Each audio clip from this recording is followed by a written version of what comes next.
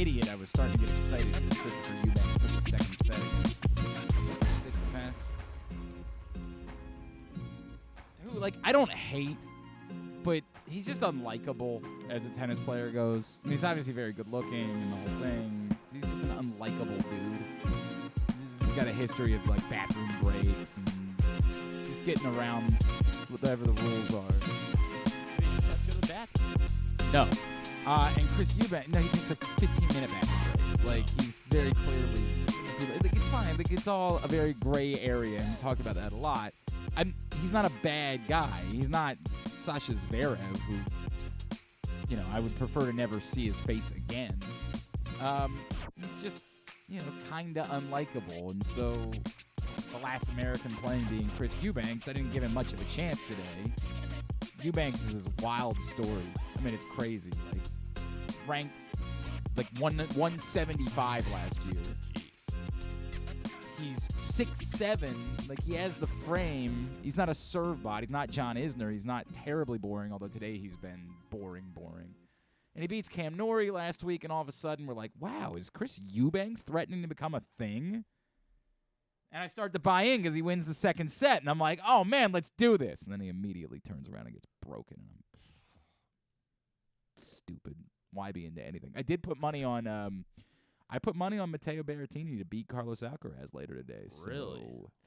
Do you actually think that's going to happen? Yes. But no, I'm putting money on it for money on it for funsies. Do I think it's going to happen? I think there's a chance of it happening. And at the odds, I think it's worth putting some dollars on. I got basically 2-1 on Matteo Berrettini, who's one of the great grass court players of an era, and who is very much in form right now. Whereas Alcaraz has just been a little. So why is he number shaky. one? I don't understand. What do you mean? Why is Alcaraz number one? Well, I'm pretty sure Djokovic is number one. He's so bad. What are you talking about? He's so ranked number bad. one. But I don't understand what you mean. But like, who said he was so bad? Well, you're just betting against him. I mean, he's supposed to win. Yes, Matteo Berrettini is one of the great grass court players of an era. Oh. Yes, that's the reason why I'm betting on Matteo Berrettini. That's the reason why I'm doing it.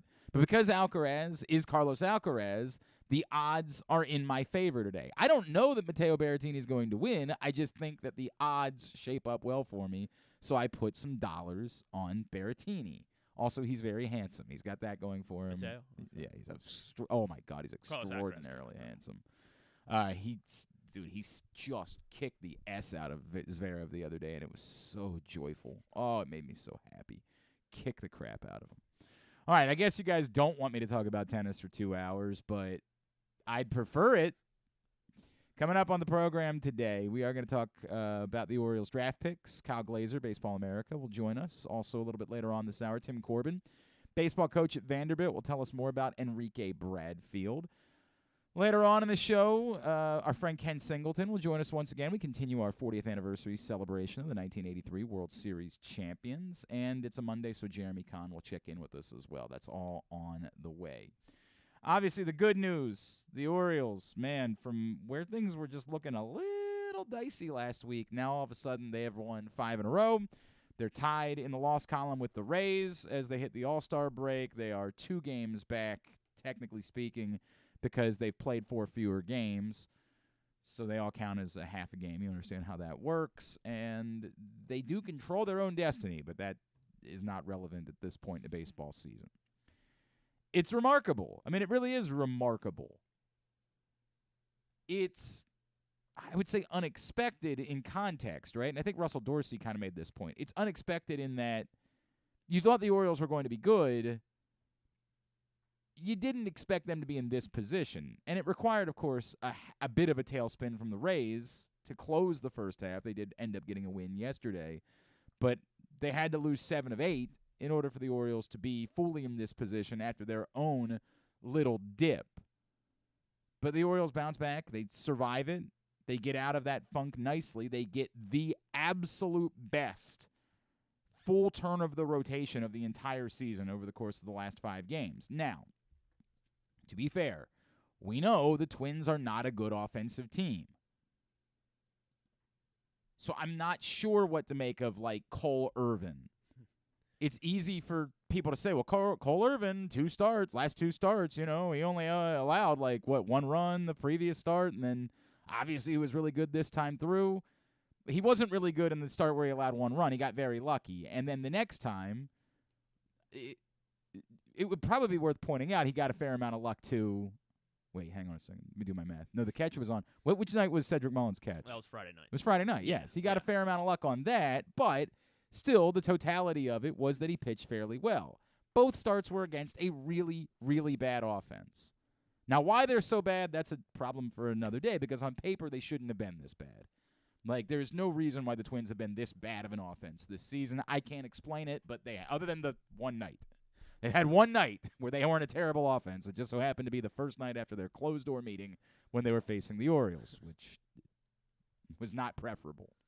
So I'm not going to read too much into it. In the same way that, like, somebody can say don't get too low, it's baseball when the Orioles go through a funk where they're losing games, I would agree, and I would say back, I'm not going to get too high either. My concerns are still my concerns. My concerns are still that they don't have quite enough pitching in order to be able to do this as far as winning the division is concerned. Now, that can change via the trade deadline, but via the return of Grayson Rodriguez, although don't look now, Grayson Rodriguez has already surpassed his innings from a year ago and is 17 innings away from his career high. Now, I get it. We all assumed that he was going to go past 103 this season, but how much further than that he can go, I'm not sure. So I don't know what the answer is on Grayson Rodriguez. They only let him pitch 3 innings yesterday. He did give up 3 walks. I mean, it was like 1 hit, no runs. You're like, oh, that's great. He walked 3. And you're like, what are you doing, guy? Yeah. Like, we're trying to say that you should be here. What are you doing, guy? Stop walking everybody. Jesus. That all being said, I still think that Grayson Rodriguez should be here, but I've thought that for some time that I didn't, you guys know how I feel about that.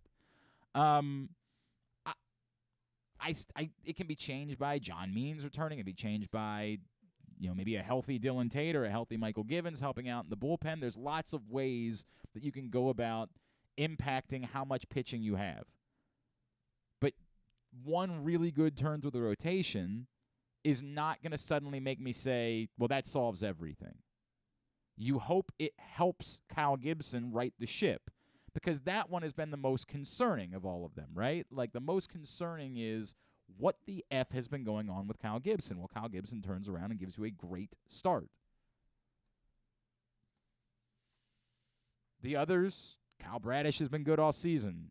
Dean Kramer has been inconsistent, but post, early May has been good more often than he's been bad, and you hope that he's sort of settling in. Tyler Wells has been frequently good. He's been overall probably your best starter. I think it's closer between he and Bradish than everybody seems to realize that it is. Bradish needs to give you more innings, but that's also been trending in the right direction. Bradish has gone 6 or more in 4 of his last 5 starts. So what was an issue where he was only pitching 5 innings a start, even that's starting to change and turn a little bit, so that's quite the positive. If Gibson can solidify, that goes a long way, because now you're talking about feeling pretty good about at least 3 of your 5 starters and maybe 4, depending on how you're feeling about Dean Kramer on a given day. Right now you feel really good about 2 of your starters. Really good. Every 5th day you feel good about Wells and Bradish. If you can solidify at least one of those other spots, then you're in better shape. If you can solidify both of them, then you're in really good shape, because then all you're looking for is a 5th starter. And, God, who knows? Maybe Cole Irvin can be that guy. I know Stan's a big believer in him. Maybe he can. I don't know, and I'm definitely not going to overreact to anything he does against the Twins. That's not going to be the case. Yeah, he needs to do it against someone that's not an AL Central team. Yeah, I mean, that would be good. That would definitely be a good way to go about proving it, and we'll see. He's definitely going to continue to get the opportunity coming out of the break, which is interesting, because then the question becomes, so what are you doing with Grayson Rodriguez? There's a couple of interesting what are you doing questions, because it's not just what are you doing with Grayson Rodriguez, it's also what are you doing with the roster spot that you still need to clear. The Orioles, of course, by bringing back Ryan Mountcastle yesterday with the pending deadline, they did what we said they could do, which is just drop a pitcher for a little bit, because you were facing the All-Star break anyway. If they were in an emergency yesterday, they could have thrown, Bradish or Kramer out there for an inning in order to help them because nobody's got to pitch again until next weekend. So they were able to take advantage of that and manipulate the roster yesterday. And they can probably manipulate the roster through Friday. They might be able to manipulate the roster. They might play Friday, Saturday, Sunday next weekend against Miami. Let's see how many pitchers we have to use tonight before we make whatever decision that we're going to make. Straight shoot. For as much as we talk about they're going to have to make the decision before the break, in their minds, they might go into Friday and say, well, we're not going to need all of our pitchers on Friday, so we don't have to make the decision today. And then if they come out of Friday and they didn't have to use anybody all that significantly, they might say, well, we don't have to make it on Saturday either. We still have an overwhelming complement of pitchers available to us. Keep in mind that, and I got to double check the schedule, but certainly on the first day out of the All-Star break, you could also turn to, I don't know how they'll choose to reset their rotation. I don't think they announced that yesterday. But you could, if Cole Irvin is your fifth guy, you could also make Cole Irvin available out of the bullpen the first couple of days and say, if we have to call somebody else up, because you do need a fifth starter, you don't have an off day. If we have to call somebody else up, a la Grayson Rodriguez, we'll do that. We'll have a backup plan worked out in the minors to help us continue to manipulate the roster. What am I, Elmer Fudd? Is that Elmer Fudd? Did I say it the right way? Yeah, that's Elmer Fudd, right? Yeah. That's all. No, that's Porky no, Pig. It's Porky Pig. That's who it is. God, what is wrong with Porky us? Pig. Yeah. Just made Porky Pig I just Elmer had to make Fudd. sure. The hell just happened there? But they can further manipulate the roster by saying, we don't feel like we need that pitcher until we do. Until we have a game where our starter doesn't give us innings and we've had to spend and we need the pitching help. So for as much as we're going to say they got to make that decision by Friday, they might internally be saying, or Saturday, or Sunday, or Monday, or whenever we have to make it. Like, they're going to have to make it, but they might be saying, in their minds, why make a difficult decision? Because I think we all are kind of, the unspoken part is, at the moment right now, it almost has to be Mateo. I get that I would probably argue for Frazier, but that's $8 million, and the dude has hit 10 home runs this season and has certainly offered you more help of late than Mateo has. I'm down on Frazier. He's been a butcher defensively. I have no idea where his at-bats come from because you can't have him play second base. He's dreadful, and there's no room with all of these outfielders for him to be playing in the outfield. So I'm down on Frazier. But dude's got a knack for big clutch hits, and he's hit 10 home runs this season. So I can't ignore that, and I think it makes Mateo the more likely guy on the chopping block. So if the Orioles are saying to themselves internally, either we've got to give up Jorge Mateo. The answer is we've got to give up Jorge Mateo altogether. We'd rather wait and make sure. Because if we make the move on Friday, don't need the pitcher on Friday or Saturday, and then on Saturday somebody gets hurt, then we're going to feel really stupid that we gave up on somebody when that roster spot was going to be cleared and we didn't need it. So it won't surprise me at all if there's not a move on Friday, but they continue to try to wait it out and see when they need to make the move. The likelihood of them playing a 14-inning game, that is the nice advantage that you have these days with the rules in baseball, is that you're not likely to need to empty out everyone the same way that you would have 5-6 years ago. We'll see how that plays out. Good news, whatever it is, as dramatic as it might be for the Orioles, I don't think any of us are going to be all that bothered by it. When it's ultimately, whatever the decision ultimately ends up being, whether it's letting go of Jorge Mateo, whether it's letting go of Adam Frazier, and I do lean that it's likely to be Mateo, I don't think there's going to be any single one of us that's going to find ourselves saying, that you can't do that. Can't do that. All right. Today's show is brought to you by your local Toyota dealer and buyatoyota.com. The Toyota Tacoma comes in a range of models and trim lines, so you can choose the perfect Tacoma to reflect your unique personality and driving habits. Check out buyatoyota.com for deals on new Tacomas from your local Toyota dealer today. MLB Draft got underway last night out in Seattle. Orioles made their first 3 picks, including in the first round with the 17th pick, Vanderbilt outfielder Enrique Bradfield Jr. Let's find out a little bit more about the Orioles draft picks. Joining us now from Baseball America, he is Mr. Kyle Glaser. Kyle, it's Glenn in Baltimore. It's good to catch up. I imagine it's a very early morning for you, so I really appreciate you taking the time. Yeah, my pleasure. Happy to join you. I know it was a busy night last night. Kyle, let me start. I think there was a little bit of surprise from people when the Orioles went with Bradfield at 17, kind of given some of the other names that were still on the board there.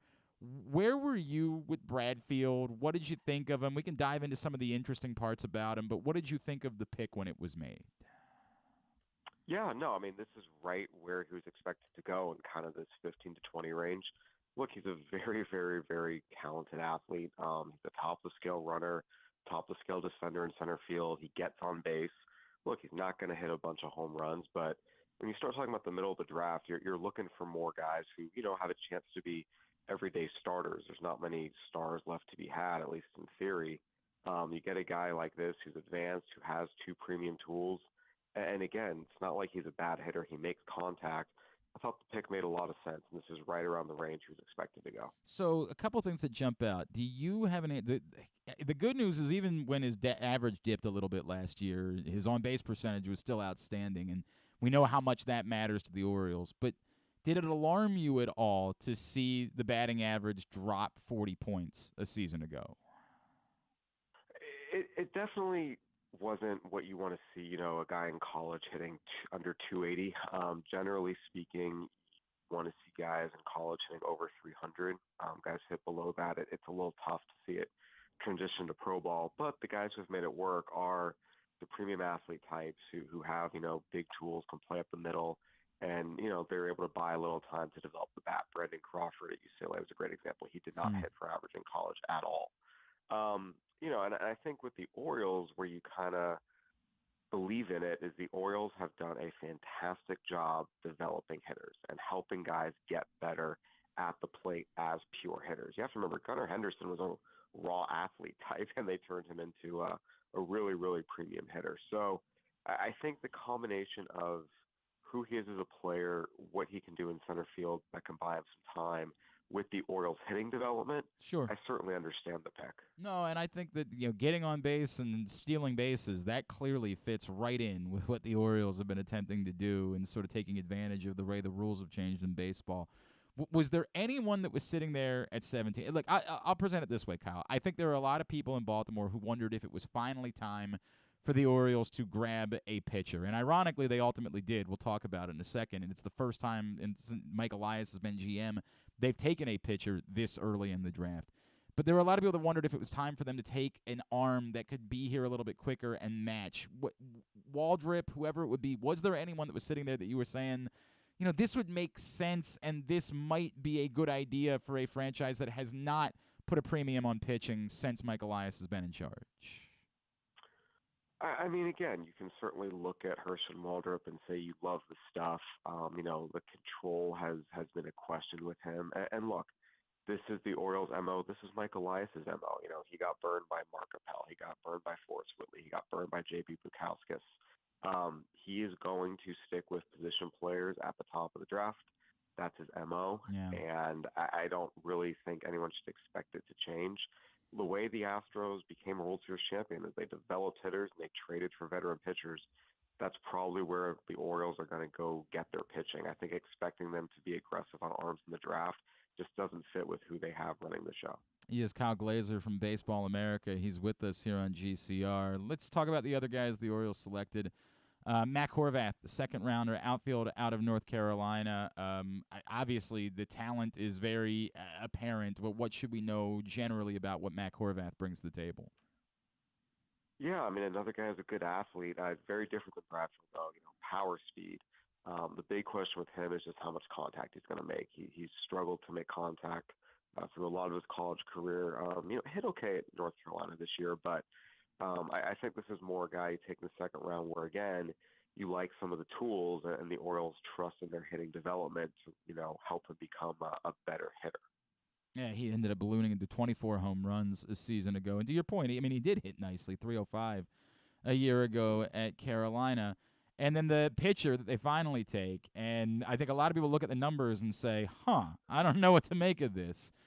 Jackson Baumeister, I can understand why it is that he wasn't a first-round pick when I look at the numbers, but tell me about what it is the Orioles got. Yeah, the Orioles love fastballs with analytical traits, and that's what Baumeister has.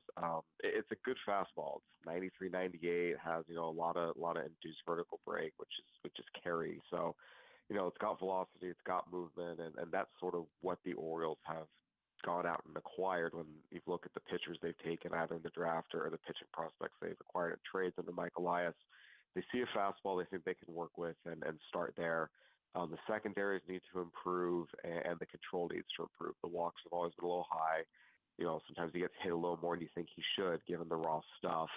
But this is more of he's a little bit of a project. He's a converted catcher. He's a draft-eligible sophomore. He's a younger guy. This isn't like your typical polished, 3-year starting college pitcher who's been pitching forever. You can dream on some upside here that, as he gets more innings under his belt, learns a few more things. This was his first year as a starter. That maybe the Orioles can help tease more out of him. Okay, all right. That you're comforting me a little bit because I definitely, like many, looked and said, a 5+ ERA guy. What are we doing? What's the thought process here? But I appreciate that. Kyle, I don't know how you are. A lot of people hate the idea of comps. If we go back to Enrique Bradfield, are you willing to indulge me? I mean, what I'll say is this, the type of player he projects to be, you get a lot of Juan Pierre. Okay. Maybe a little bit like a Denard Span, or excuse me, a Ben Revere.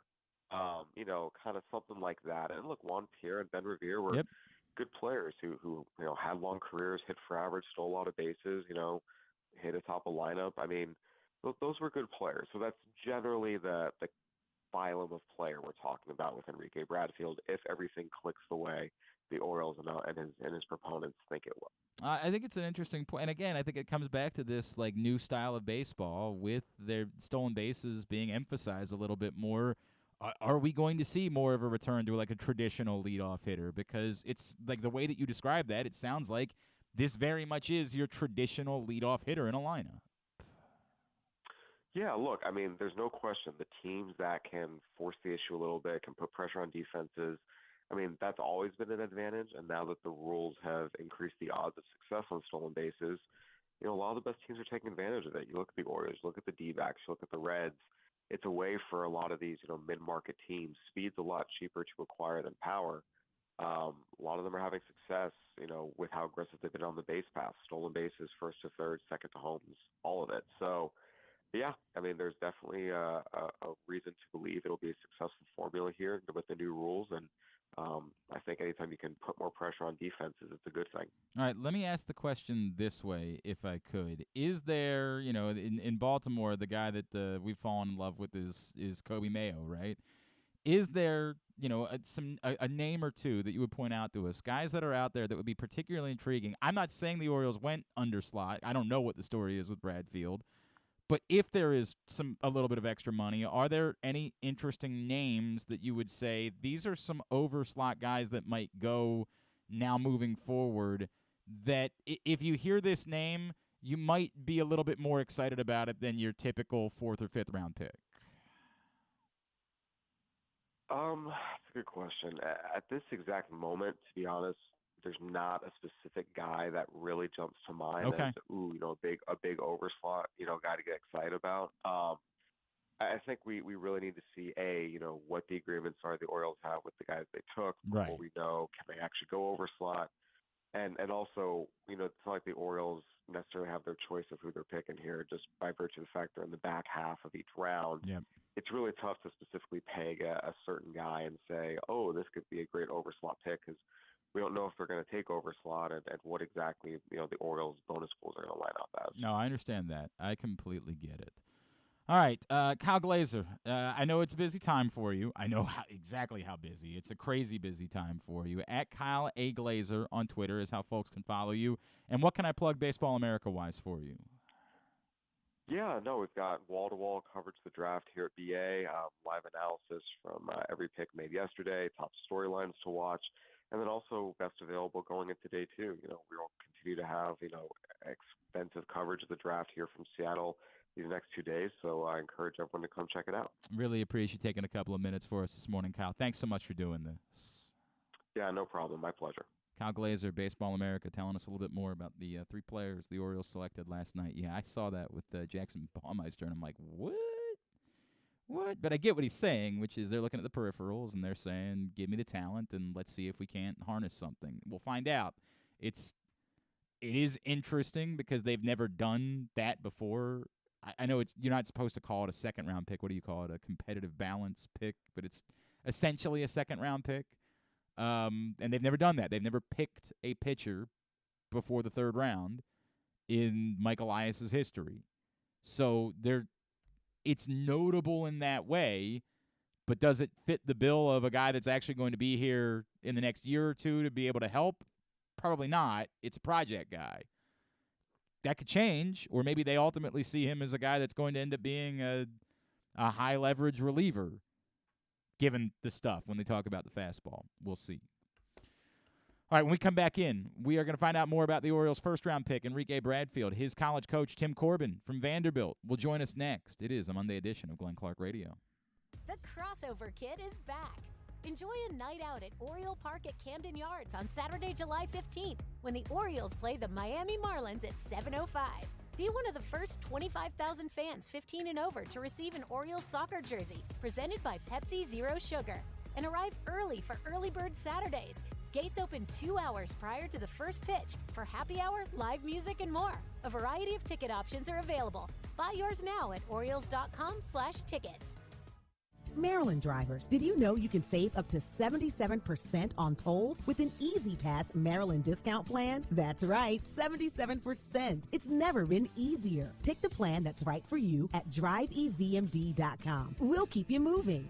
It's a Maryland thing you wouldn't understand. Where the waves meet the shore, you will find Dorchester County. Hi, this is Jimmy Charles. When I think of Maryland, I think Dorchester County on the eastern shore where it's open for making memories. Dorchester County, it's a Maryland thing. For more info, visit www.visitdorchester.org. It's a Maryland thing. Hell yeah. It's a Maryland thing. Hell yeah. The latest edition of Press Box is available now. On the cover, Dave Ginsburg remembers Goose as he looks back on the impact that late Tony Saragusa had both on and off the field here in Baltimore. Plus, he explains how Goose's kids are working to continue that legacy with the Goose Flights program. Also inside, Todd Karpovich profiles the path Tyler Wells has taken to becoming a star in the Orioles rotation. And you'll find a special summer travel guide with information about events and activities throughout the state. Press Box is available for free at over 500 area locations, including 60 Royal Farm stores. And you can always find the entire edition, as well as the best daily coverage of the O's, Ravens, and Terps at PressBoxOnline.com. The All-America Senior Game powered by New Balance will be back at Johns Hopkins Homewood Field on July 29th. The most decorated girls and boys lacrosse players in the country have been invited to play in what is the premier lacrosse event of the year. Every college coach wants their players in this game, and if you dream of being in this game, you start by trying out for one of your regional underclass teams this summer. The best against the best. Get your tickets now at allamericalacrosse.com. Your summer destination is closer than you think at Live Casino and Hotel Maryland. With an expansive gaming floor and incredible dining options ready for you to explore, your adventure awaits. Dine at the new Coho Korean Barbecue House coming in July or on the patio at the Prime Rib. Enjoy the summertime breeze at Orchid Smoking Patio. Limited time packages starting at $229. What are you waiting for? Book now. At Arundel Mills, must be 21. Please play responsibly. For help, visit mdgamblinghelp.org or call 1-800-GAMBLER. Costas Inn has been serving up delicious steamed crabs for over 50 years. Lately, the crabs you want to eat when the weather warms up have gotten harder and harder to get. So get your crab-eating game plan in place. Make sure to stick this number on your fridge, 410-477-1975. Call ahead and reserve the size crabs you want. You may be able to walk in, but you may also be disappointed at the size or maybe even get shut out altogether. So call ahead, have a plan, and then arrive on your crab-eating vacation. selection. Costas also has delicious crab soup and crab cakes. The Costas Inn at 4100 North Point Boulevard. For more than 50 years, they've been satisfying crab lovers in and around Baltimore. Make the most out of every day in your Toyota RAV4. Available in hybrid or gas-only models. A RAV4 can get you where you want to go in style. Check out buyatoyota.com for deals on new RAV4s from your local Toyota dealer today. Check out PressBoxOnline.com every day to find daily winners and betting advice from Jeremy Kahn. And if you want some advice about life decisions that you probably shouldn't make, here's Glenn Clark. Go to PressBoxOnline.com/offers right now and get $150 in bonus bets from DraftKings after placing your first $5 bet. See this and other great sportsbook offers at PressBoxOnline.com/offers. Let's continue to talk about the Orioles draft picks. Their first-round draft pick last night, Enrique Bradfield Jr., outfielder from Vanderbilt. A couple years ago, we had the opportunity to meet our next guest because we were thinking that the Orioles might be taking another one of his guys at number 1 overall. That didn't end up being the case, but now it happens to work out that he's sending one up to Baltimore in the form of Enrique Bradfield. He is Vanderbilt baseball coach Tim Corbin, and he's with us now here on GCR. Coach, it's Glenn in Baltimore. It's really great to catch up with you. Thank you so much for taking the time for us this morning. My pleasure, Glenn. Thank you. I was reading something on the Vanderbilt website about some words that you had said previously about Enrique Bradfield, and the word that stuck out to me is competes. Can you try to explain to me what Enrique Bradfield is as a competitor in general?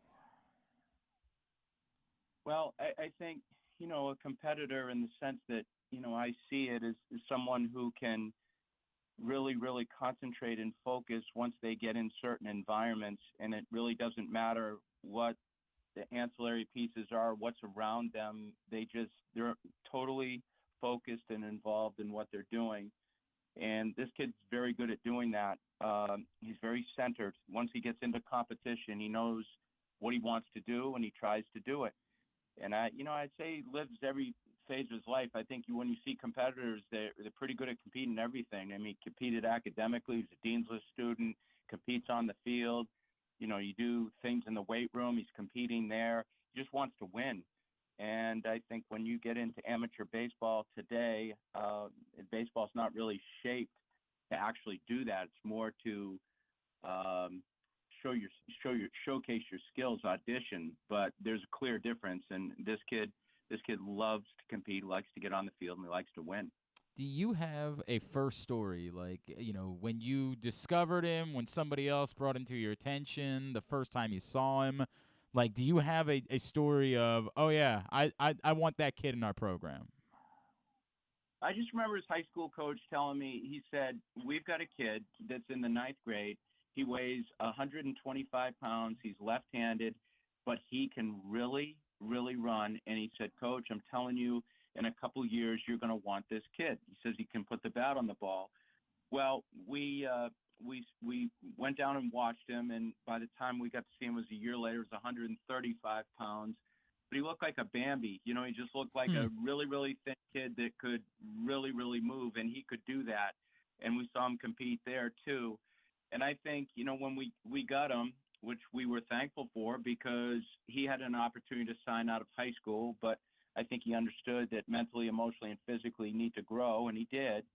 And, as even in this program, his freshman fall, I should say, it was hitting became very difficult for him. And then, getting him on the field, once he got to first base, he wouldn't use his speed. And I just remember in the middle of the fall telling him, listen, you get to first base. I don't care when you take off, but you have to take off on the first 2 pitches. I don't care if you're safe or out, just go. It's almost like at that point right there, he took off. He just started gaining confidence. And then during the course of his freshman year, he went from a 9-hole hitter to a 1-hole hitter. I think really where he took off that year is we played Tennessee on a Sunday. We needed to win a game. He stole 4 bases and got 3 hits. And it was like from then on, he became a premium player. That sounds pretty good to us. We like that, Coach. Coach Tim Corbin, 2-time College World Series winner at Vanderbilt. He is with us here on GCR. Coach, let's talk about that speed because, everything about a guy that gets on base at a .410 clip and steals a ton of bases sounds really good. And particularly sounds really good at a time where Major League Baseball has kind of manipulated the rules in order to give advantage again to base stealing. How much do you feel like Enrique Bradfield's game fits the trajectory of where baseball is headed since they've changed the rules with the bigger bases and fewer disengagements in order to try to encourage more, activity on the base paths? Yeah, I agree. I mean, I think the game's moving back more into a 60s, 70s style of game. That's the way I see it. And just watching it too, I think you're seeing some of the brightest young stars right now have premium speed, and this fits Enrique. I mean, the size of the bases certainly helps. I mean, the ability to know that he's going to go and there's only a certain amount of pickoffs over to first base or second base, he's going to take advantage of that. So there's certainly a speed element to his game too. He's going to be able to shrink the defense because defenses are going to have to respect the fact that he can bunt. Now, I know professional baseball, there's not a ton of bunt, but this kid can do it. But he also has some strength to him too because he's got a very flat swing. I think this is what you're going to see in Baltimore, though. You're going to see a guy, and Cedric Mullins is a hell of a player, but you're going to see a guy at some point in time take away doubles, triples, and home runs, and even off-the-bat singles that fall in front of outfielders. He can play the defensive position like no one we've ever had here, and really no one that I've seen. His ability to get jumps, his ability to move, his ability to dive and catch the ball and to retain the ball, his ability, and he did this, when you see it done one time, you think, okay, that's the only time it's ever going to happen. The amount of times he went over a fence to steal a home run is more than 6, less than 12, but that happened in 3 years. And it was just amazing how he had a knack for doing that. So this is a guy that's going to be he's going to create a lot of defensive RBIs. He is going to steal some runs, and he's going to take away. Pitchers are going to like him because he's going to take away balls that a lot of kids can't get to. I was enjoying some of the highlights that I was seeing last night. They were quite telling. Like, there was absolutely an excitement level of that. And I think to the point, it's the way you're describing is it's not just range, right? Like, the range is the thing that obviously everybody talks about, and it's what we've been talking about with Cedric Mullins. What you're saying is something even beyond that. He doesn't just get there. He makes extraordinarily difficult catches even when he's gotten to the ball. Yeah, because he competes to the ball. His instinct and his move to the ball off the bat is different. It's different. So he's got makeup speed. We already know that. And there's some wide receivers that don't run good routes, but they can separate themselves from defensive backs. He's the guy that runs good routes and can separate himself from a defensive back because his mind is moving before the ball is hit.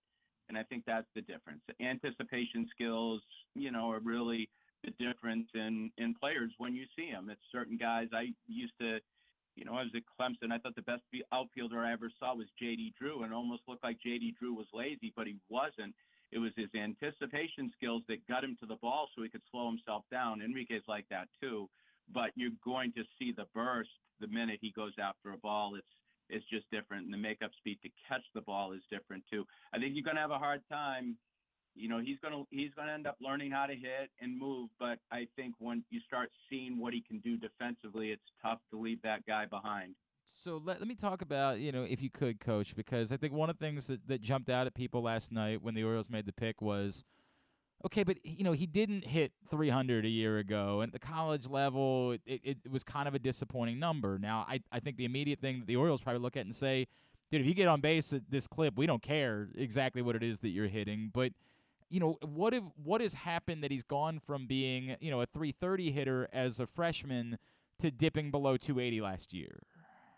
He got out of himself a little bit. He tried to come off himself and lift the ball a little bit, and he would tell you that, he got away from what made him a good player. What makes him a good player is the foul line, so he can go from left field to right field. I don't worry about his hitting. Those are numbers, and, the reality is those numbers probably aren't indicative of, and I know coaches sometimes are biased in how they position their words towards the kid, but this kid hit a lot of balls hard that were either caught or turned into outs. But, there was a magnifying glass on this kid, and he's playing in the SEC.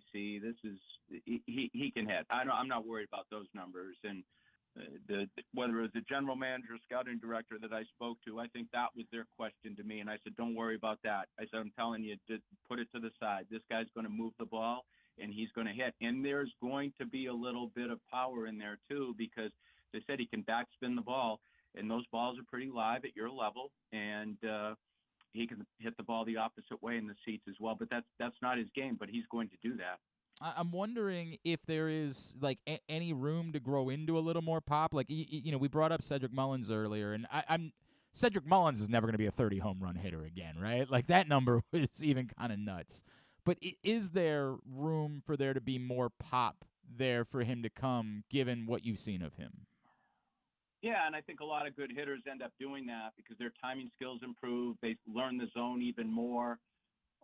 For him, physically, he's going to grow. His dad was a late bloomer physically, so Enrique is going to be some of that too. So, yeah, you're talking about a twitchy, strong kid now. This is I'm trying to think of a football player that I could, his name escapes me, but the thin wide receiver who plays with the Eagles right now from Alabama. I mean, it's that. Devontae Smith, yeah. Oh, there you go. It's that type of, but Enrique's bigger than that. So, he's going to feel his power. He's going to grow into that. This is a kid that's going to be able to drive the ball, but you're just going to like the style of play. I mean, this is when people get in the seats, yeah, they like the home run and they like the well-pitched game, but this guy's offense moves from a batter's box to a base, and it's not over until he touches the plate. And I think that's the exciting piece is his offensive experience lasts longer than most, and I think that's what they'll like. Coach, that's exactly the type of baseball that I like. It's why I've enjoyed the rules changes this year. This is maybe my selfishness. Like I'm 40, so like I grew up in the era of like early 90s baseball, and Kenny Lofton was my favorite baseball player, right? Like I am all in for this type of baseball. It is extraordinarily exciting to me, and we like the sounds of it. Coach, if I could, because he was part of your guys' team that made a run, back to the College World Series final as a young player, the Orioles are expected to be very much in that mix in the coming years, to be competing for championships. What did you learn about him when the lights were shining the brightest? And, how much do you think he's ready for when he gets here? And we're not, no rush, but when he gets here, he's likely to be a part of a franchise that's very much still in their window of trying to compete for championships. Yeah, well, you certainly have a good club, and we got a former player that's your third base coach. So that's right. I'm a huge follower of Baltimore and Tony Mansolino too, and we got a lot of guys up there. But that's going to help him. I mean, he's that kid. He's that kid that gets into those environments right there, and he's brighter. He shines. He likes it. He thrives in the arena of competition. And as I said, as we started, that's his gift. That's his gift. He can get in those environments right there, and he loves it. He just, the bigger the game, the better he is. He's just a tough competitor. So you're gonna like the style. He's gonna improve your team. That's for sure. You got some good young kids with Henderson and Jackson Holiday coming up, and kid like this kid's a difference maker for sure. And we're hoping to get Carter Young a little bit moving on the path, right? That's right. Yep. That'd be very cool. Fine. Yep. Coach, before I let you go, if I could, you got to play him this year, and it was a heck of a game out in Minnesota, and now you're going to be going up against Rob Vaughn. From afar, can you share a thought about how this Maryland baseball program has continued to succeed, and it's transcended coaches, and they keep this is not the SEC. This is a place where snow's a real factor, and it's not quite as easy, and it's not very glamorous. How impressed have you been by the consistency of that program from afar? Yeah, very. I mean, I remember Maryland, and this is not a slight on anything, but I remember Maryland baseball when I was at Clemson. I was at Clemson for 9 years, and you had left-handed pitcher Milton, who was a very good pitcher. But I thought the spike actually was when Eric Bakich, who was an assistant of ours, took the Maryland position to begin with, and I thought Eric did such a good job before he moved to Michigan. Then handed it off to John Sheff, and John Sheff did a good job with it. I thought Rob was outstanding, and I still, I think Rob's outstanding anyway. We got an opportunity to talk in the hotel when we were both in Minnesota. I love his way. He's just a good coach, and he did a good job inside of that program. But you know what? It's you got a good one right now too, because he's been there for a while, and he's an assistant. He's someone I knew as a young kid, and I think Maryland's going to be in good shape. I don't worry about that program whatsoever. Yeah, we're big. We love Rob, but we're big Matt Swope guys here too. He's just a really good dude, and we can't wait to see what's next. He's a great guy. He's got a great personality. He's got a great way about him. Coach, really can't wait. Can't wait to see what happens with Enrique. Hope to see you up here in Baltimore at some point in the future. Really appreciate you hopping on and telling us a little bit more about him this morning. Thank you so much for doing this. Yeah, my pleasure. Coach Tim Corbin from Vanderbilt with us here on GCR, telling us about Enrique Bradfield, the Orioles' first-round pick, 17th overall. Enjoyed that conversation. And, yes, worth pointing out as I was just getting the thought in about Maryland baseball, some history last night. Matt Shaw goes 13th to the Cubs. He becomes the highest selected player in Maryland baseball history. So would have been a neat story, right, if he would have, fallen to the Orioles, and that would have been – I don't even know if they would have taken him, but it would have been neat for that to work out that way. Really cool. Matt Shaw, number 13 overall, highest selected player in Maryland baseball history.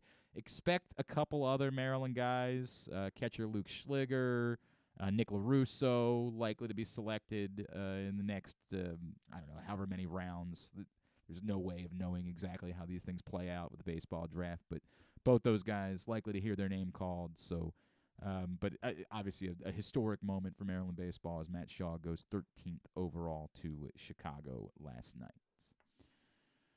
Continue along here on a Monday edition of GCR. Orioles have rolled off 5 straight. They head into the All-Star break. Of course, tonight, the Home Run Derby. Hilarity. So yesterday I was doing the show on 105.7 The Fan, and before I do the show, I tend to sit in. I don't like to disrupt. A lot of hosts go sit in the producer studio before their show begins. But when you get talking to the producer, sometimes the producer isn't paying full attention to the show that's going on, and that's not fair to that host. And despite the fact that, Drew's the worst, I try to be fair to him, so I don't want to bother my guy Caleb before Drew's doing a show, right? Like, Drew's like, hey, I kind of need my producer.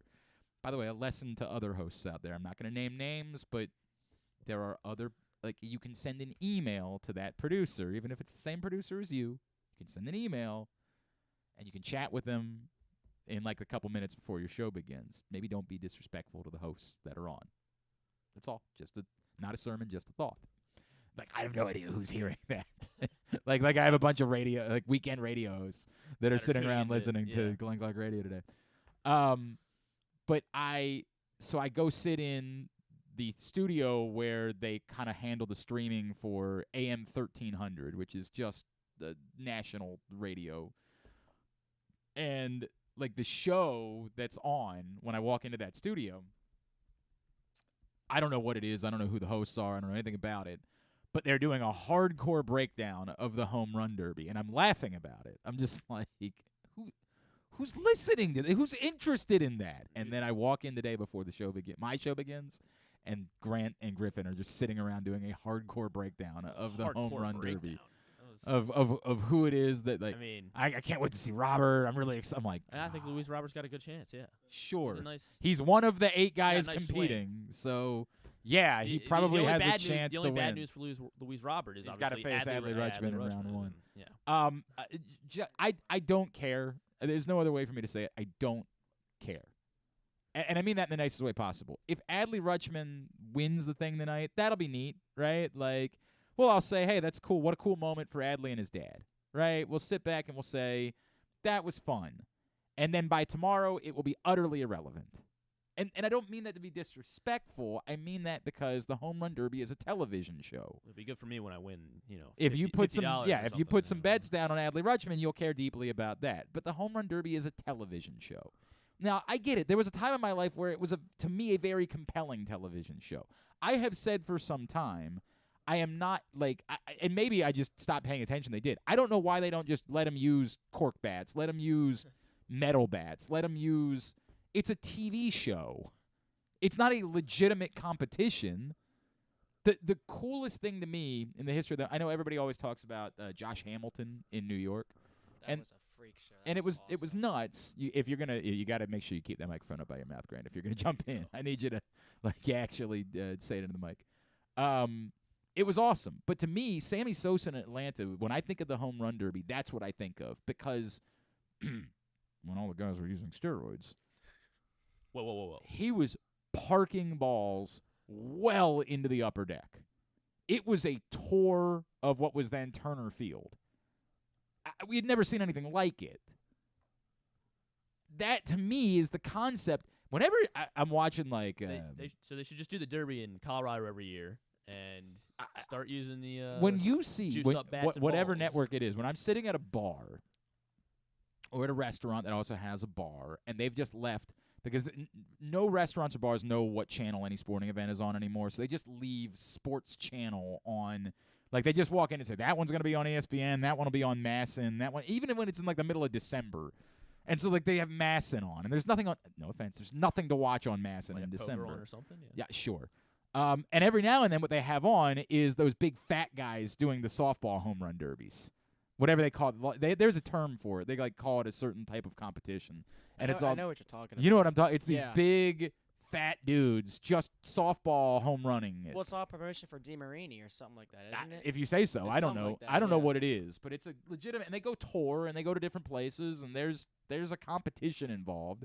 It's like golf's. Golf has long drive, right? Where it's like not actually golf. It's just big dudes trying to hit the ball 500 yards off the tee to win the long drive competition. There's a softball version of it that they will occasionally put on TV. And that is incredibly compelling to watch because it's just these mammoth dudes that are just crushing the ball, just absolutely obliterating it. And to me, that's what the home run derby should be. I don't really think, what is the TV viewing experience of watching a dude put a batting practice ball in the second row of the stadium? Like, what does that do for me? Competition. Who can do it You more? just watch batting practice if you want that. I guess if your team's in it, then there's bragging rights, maybe? No, there's no bragging rights. Like, it's not. Pete Stop Alonso it. will I'm sure. that Yes, belt around. the Mets certainly feel really good about where they are because they've got the back-to-back home run derby champ. Definitely makes them feel better about their circumstances. I don't say this to poo-poo any of it. Like, I get it. TV shows are good. It's okay to have TV shows. I like TV shows. I'm still trying to finish Shameless right now. I'm a fan of television. This is a television program, and it's to some extent a good television program, but it should the priority should always be how do we make it a better television program? How do we improve the quality of this television show? And again, metal bats, the ball traveling even further. That would be a way to go about improving the quality of the television show. Now, maybe the players would say, dude, we don't actually want to do the metal bat thing because then we don't want to have to go back. Like, it's always the eternal conversation that has to be brought up. Are you worried about so-and-so participating and screwing up their swing? No. If every player that ever participated in the home run derby screwed up their swing, then yes, I'd say never let one of these players participate. And honestly, I'd probably say in general I would prefer to not have guys in the home run derby than I would to have them in, because if there's even a 1 in a million chance of them screwing up their swing, the benefit of it isn't worth it to me. Why don't you put a throwback player in there and see if they still got it? Like you're in Jim Tillman. I remember the Orioles did oh God. Oh yeah, the home run derby with they did with the 25th Orioles anniversary of Cameron. I was there. It was an Orioles Phillies thing. It was related to the anniversary of the '83 World Series. So maybe 2003, maybe because this is the 40th anniversary. So maybe they did it in 2003, and it was the 20th anniversary, and it was like Dempsey and Darren Dalton, and I don't remember who else was in it, but I think they all combined to hit one home run between all of them. Now, they were all 20 years removed from that '83 World Series, so maybe if you got guys that retire. Maybe Albert Pujols would have better fortune in a home run derby, but it was ugly. Like, it was gross. Well, so they had to have gone nuts when that one home run left the yard. Yeah. Oh, yeah, the place went – the place went did it. crazy. There were also a lot of Phillies fans that were down for that weekend. It was a whole thing. All right. I don't know why I have so many memories of that particular event. Because it was fun. Because the home run derbies are fun. That's why. That one home run. Look, man, if Adley wins, cool. I'm not going to be angry about him winning unless, again, he screws up his swing.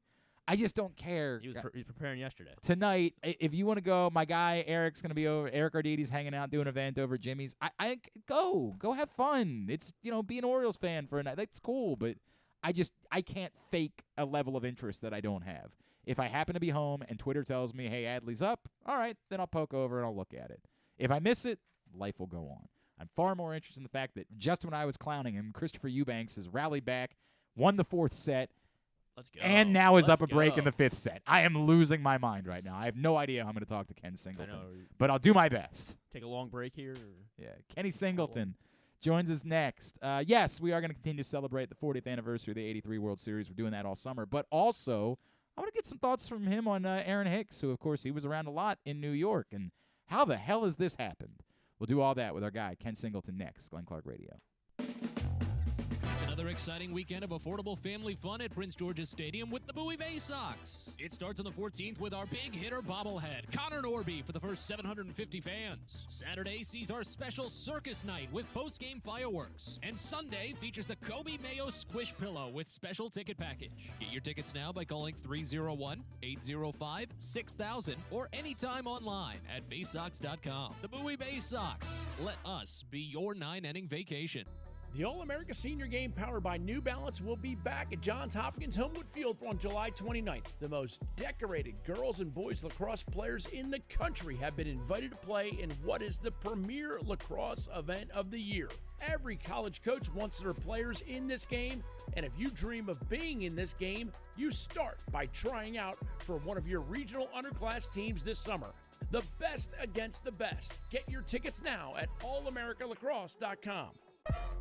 Are you a diehard O's fan looking for the perfect way to show your team spirit? Look no further than Birdland Sports. Birdland Sports is a small business run by fans for fans. They offer a wide variety of unofficial O's merchandise, from the Birds Are Coming tees to player cartoon shirts and more. And the best part? Their prices are more affordable than the big guys. So head to birdlandsports.com and grab your gear today. Show your support for the Birds with Birdland Sports.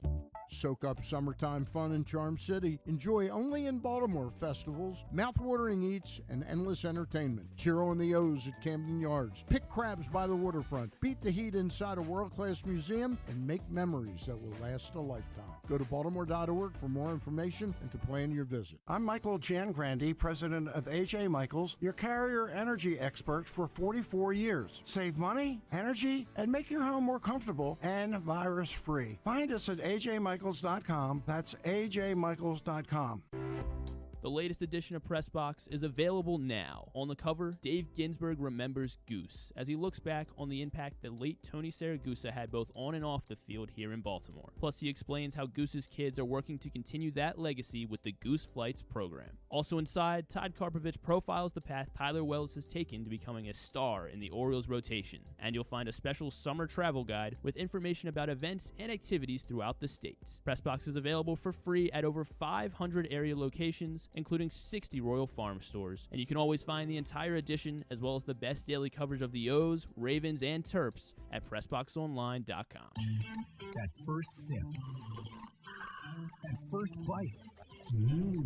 Start your day off right with a delicious breakfast at Royal Farms. Choose from a fantastic selection of fresh Royal Farms breakfast sandwiches and top it off with a rich hot cup of the freshest coffee in the world. At Royal Farms, breakfast is available day and night. It's the freshest breakfast in the world. Real fresh, real fast. Royal Farms.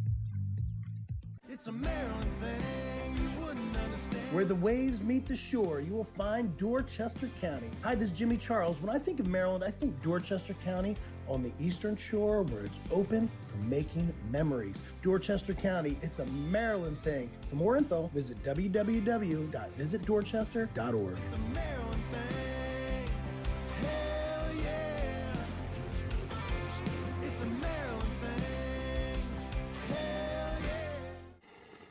If you miss anything on the show, don't forget that you can watch full episodes at youtube.com/PressBoxOnline, and you can download podcasts on Apple, iTunes, Amazon, and Grindr. Wait, did I say Grindr? I don't think that you would find it on Grindr. Not that I know it's on Grindr or anything, I swear. On second thought, you know what? I don't care what you think. Here's Glenn. Into hour number 2 here on GCR. Still a lot to do this hour, including we continue our 40th anniversary celebration, the 1983 World Series. We just had – I'm an idiot, all right? Like, let me start with that. And Ken's probably laughing. He's like, yeah, I know, Glenn. I've talked to you a number of times. I'm an idiot. So, like, 6 weeks ago, I don't even remember why we just said, let's have Ken on. It's been a little while. Let's talk to Ken. Let's talk some Orioles with him. And then the week after that, I said to Griffin, you know what we should have been doing this season? A year-long celebration of the 40th anniversary of the 1983 World Series. And we had Ken on, and I didn't even bring it up. So I said, well, that's good, because it gives me an excuse to ask Ken Singleton to come back on the program, and that's always a good time in my life. Joining us now, Orioles legend, the great sweet swinging Kenny Singleton. He's back with us here on GCR. What's going on, Ken? How are you, sir? I'm doing well, Glenn. How are you today? I am great, my friend. It is always good to hear your voice. 40 years ago. Kenny, just if you could, the question I've been asking a lot of guys this summer, how has your perspective of the 83 World Series, winning a championship, how has it changed over the years? Have there been ways that you've had a greater appreciation for what it is that team did? Well, yeah, I'll always appreciate it because that's the only world champion team I was on. Yep. So, and back in those days, the Orioles came close. We were in the race just about every single year. We seemed to put it over the top. Now we did 79, but.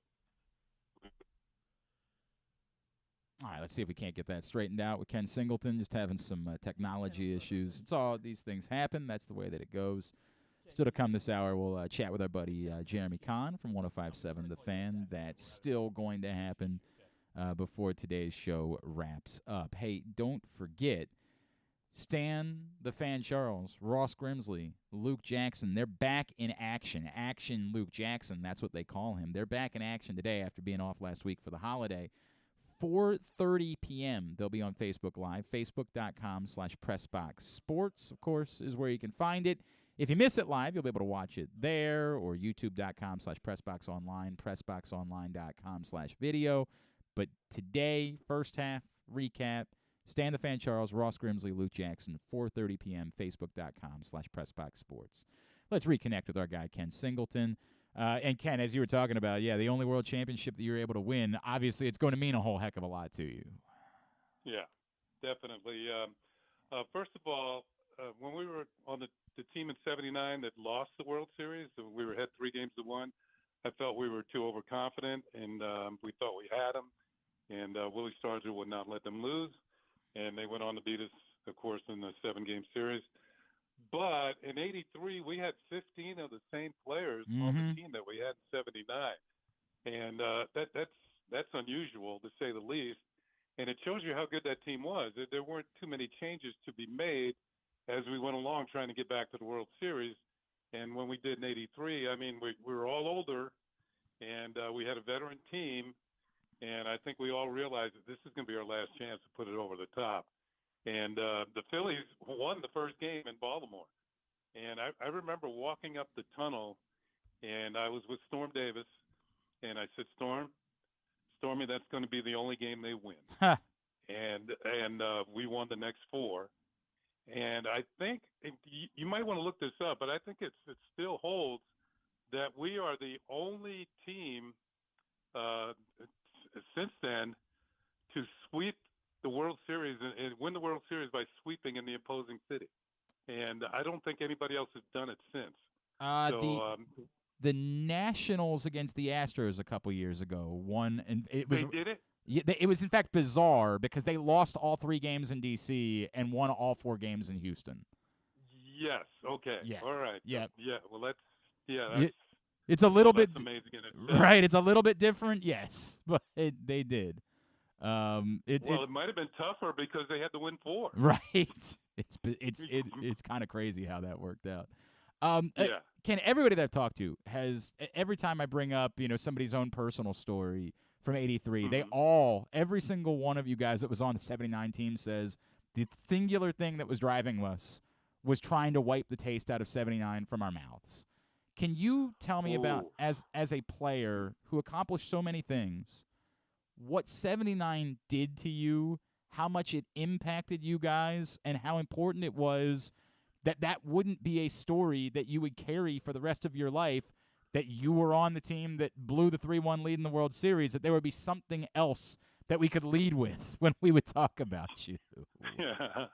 Yeah, it was most disappointing, to say the least. There were a couple of things that I remember about that. After losing Game 7 in Baltimore, I remember just sitting in my locker. I was just exhausted. I mean, I was tired. I mean, the pressure of that, 7 to 10 days of a World Series play. Most of the games were tight. And I was just ready to take the uniform off and get ready for the next year and hope for better things, because it was so disappointing. Now, I can remember walking down York Road in Towson, and it wasn't that late at night, but it was after dark. I mean, the days were getting shorter then in October, and this guy walked across the street, and I guess he recognized me, and I figure, okay, here we go. He's going to get on us about losing the World Series, and he said no. He said no. I have faith in you guys. I think you can do it, and in the future. And to me, that's what Baltimore fans were all about, and it just gave me incentive to somehow, let's get back there if we can, and see if we can put it over the top. And I just think that the fans themselves were so supportive in those days, and that's why we all did a lot of charity work, and we all still do. Yep. And it's because of those are the people that really supported us. When you go to the supermarket or you go to the gas station, and the people working there say, well, I'm going to the game tonight, I hope you win. These are people you don't want to let down, And I hopefully the team nowadays is getting that same feeling we had back in the 70s and the 80s with the support. I mean, all those people now are grandmas and grandpas. But the thing is that they're still Oriole fans if they're around. I think we're starting to feel that connection really come to life again here in this city. Yeah. Ken, if I could, one of the things that jumps out the most about the 83 season is 2 different 7-game losing streaks. and we saw just, in the last 2 weeks, like before this 5-game win streak, this current Orioles team was in a funk. And I would talk to people around baseball, and they kind of laugh at me like, dude, it's baseball. Like these things happen. Like, good teams lose games. That's the way it goes. There's 162 games in the season. You're going to lose some of them.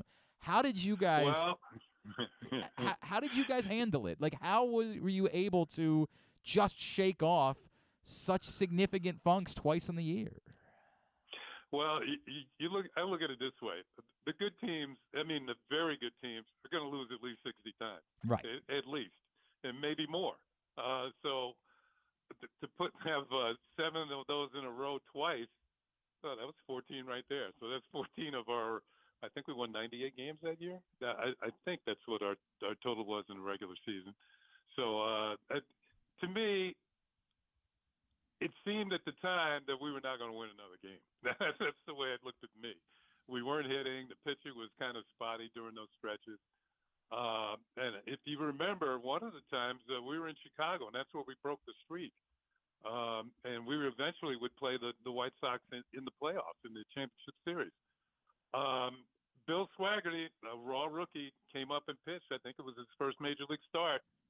And he shut the White Sox down for about 7 innings, 6-7 innings. And we won that game and broke our 7-game losing streak. And that going into that game, I wouldn't say I had the utmost confidence throwing a rookie against a very good White Sox team. But, we won.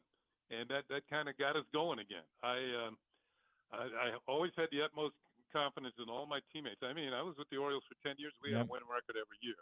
And if there were wild cards in those days, we finished second 6 times in 10 years that I was here. And if there were wild cards, I guarantee you we would have made the World Series more than just twice in those 10 seasons. So, but that wasn't the way it was set up back then. So I just, yeah, it was tough. But, you know, I had confidence in my teammates that we had good pitchers. And I think what the Orioles fans are finding now, these young pitchers that they have might be better than they even thought they were. So that, Ken, that jumps out at me significantly, right? Like, this 5 days, what turned it around for the Orioles over the course of the week was the absolute best trip through the rotation that they've had all season, right? Like, five starters who all pitched well over these last 5 games. And I feel like the 83 team, it's forgotten because in Orioles lore, we think about the Palmer, McNally, Cuellar, Dobson teams, right? Like, I don't think that we treat your guys' team, and Palmer was technically there, but, like, we don't treat it the same way. But what you guys had in Boddicker and McGregor and, you know, even to your point, Storm Davis, who had a really good season that year, and Flanagan, the confidence that gave you, that when you were going through a little bit of a funk offensively, we're still pretty comfortable these guys are going to – how significant was that to becoming a championship team that you guys knew every guy that goes out there, we feel like we have a chance to win behind that guy? That's very what word am I looking for here? But you're right. I think that the thing is, during the course of a long season, when you have a pitcher that goes out there every single night that's as good or better than the other team has, you're going to wear them down, and you're going to wear the rest of the league down because eventually you're going to win more games because your pitcher's better, and he can keep you in the games. I look at you've mentioned Scott McGregor. Now, Scott, he was a losing pitcher in Game 7 in '79, but he also was the winner to get us to the World Series against the Angels by throwing a shutout against a very good Anaheim team, Angels team. When we got to the last game of the World Series against Philadelphia in Philly, it was Scotty's turn to pitch. And when he finished warming up, he came in the dugout, he looked at us all and said, the World Series is over. And he went out there and threw a shutout, and we won again. And up until that point, Eddie Murray hadn't been having a good World Series. I mean, he was kind of awful. You know, he and Mike Schmidt didn't live up to their billing. But I remember before the game, Rick Dempsey went up to Eddie and said, we need you to be Eddie Murray today. And Eddie just gave him that stare and didn't say anything. And he went out there and hit 2 home runs, and he was Eddie Murray, and we were the world champions. By that time, you could see that Eddie was on his way to the Hall of Fame. You know, Cal was a little bit younger, and he'd won the MVP that year and was Rookie of the Year the year before. But that was a pretty good start on his MVP career too. So we had 2 players on our team that were, Hall of Fame caliber players, and plus we had a lot of guys on the team that were Oriole Hall of Fame type players. Yes. And so that's. I'm looking forward to the celebration we're going to have in August at Camden Yards. It's hard to believe it's been 40 years, but it'd be good to see the guys again because we're, spread out all over the country. I don't know how many are coming back, but hopefully it's a good representation. And I do hope, Glenn, that in some way, shape, or form that they recognize that the guys aren't around anymore because they're very important to the cause back in the day. And, they are definitely missed when we have these reunions. And I remember one thing Eddie Murray says, I hope the Orioles win again soon because they're going to keep bringing us back. Until maybe there's only one of us left. I just said I hope they win too. You're ready for they're getting there. They are getting there. No doubt about that. Ready for some other teams we brought back for reunions here in the coming years.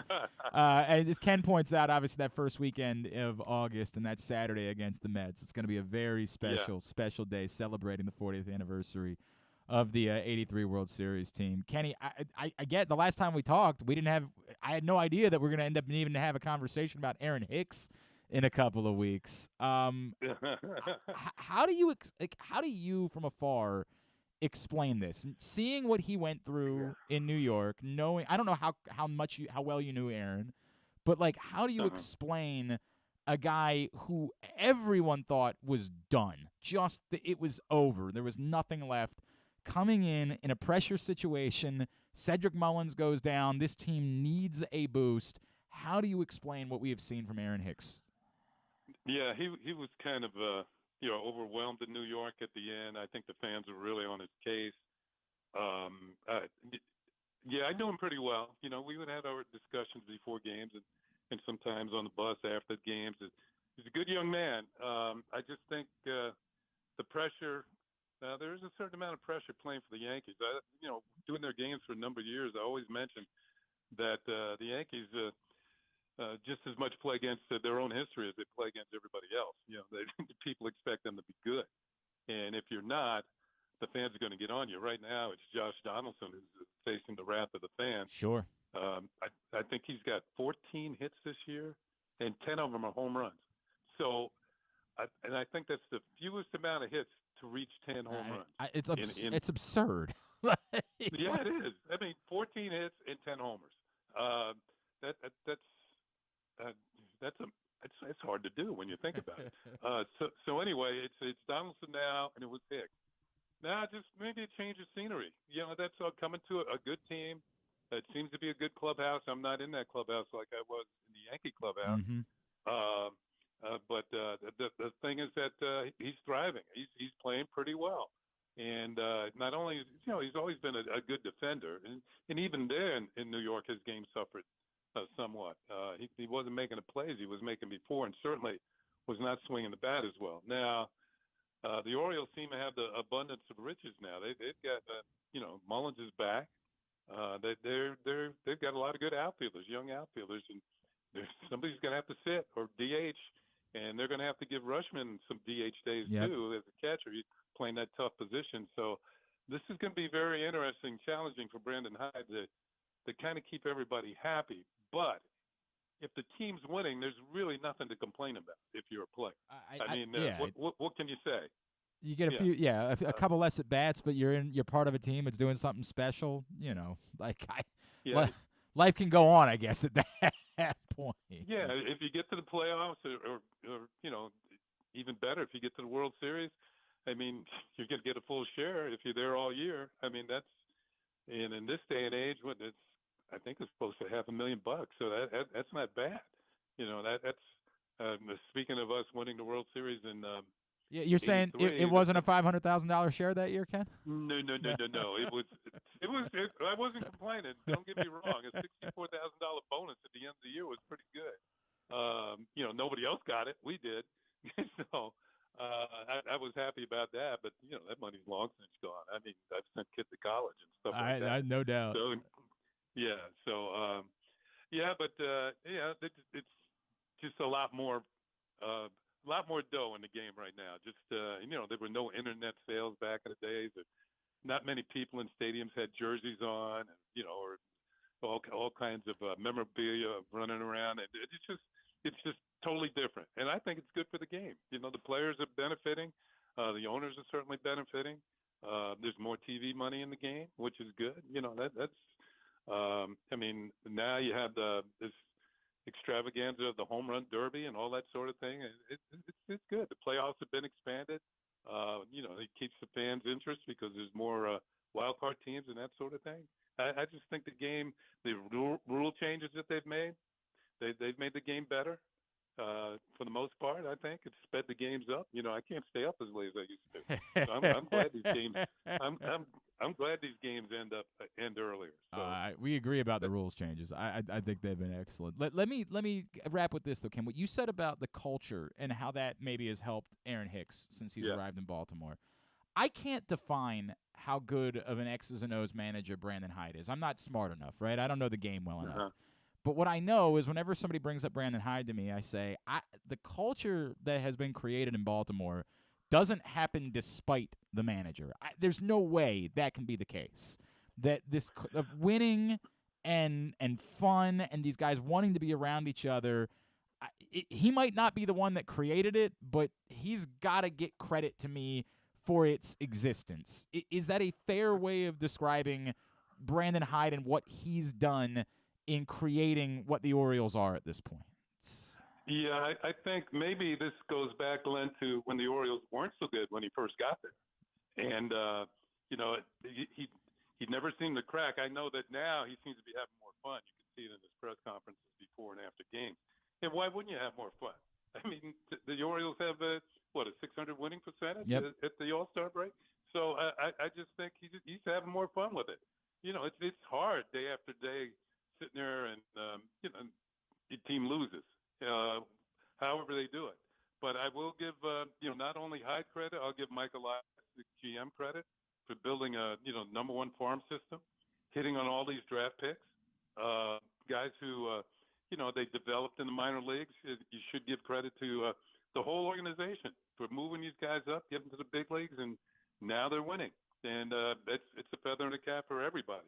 And certainly, I think the attendance will pick up. I think especially on the weekends, and now that the kids are out of school, I mean, everybody's going to want to see the Orioles. And if the attendance doesn't go up the way they like, certainly the viewership and people listening on radio, that's going to go up. Oh, everybody's invested. There is no doubt about that. There is a serious investment. Ken Singleton, can't wait to celebrate with you guys the 40th anniversary coming up here in August. It's going to be special having everybody together. It's nice to have some, you and I have been able to connect a number of times over the years, but as you pointed out, the guys that are not around here, it'll be great to see those guys. Always appreciate our conversations, my friend. Thank you for spending a few minutes with us this morning. It is my pleasure, and if you'll be there that day, I hope so. Just make sure you say hello. I will, for sure. That's a promise, Ken. Okay. Appreciate you. Okay. Ken Singleton with us here on GCR, the best. Love me some Ken Singleton. And, echoing all this. It's so funny. Like, now I don't even get a chance to ask about 79. Like, when we do these. Like, now it comes up before I even get to the question. Like, well, that's 79 year. 100%. It's the first thing. First thing you said. It's the first thing everybody's bringing up.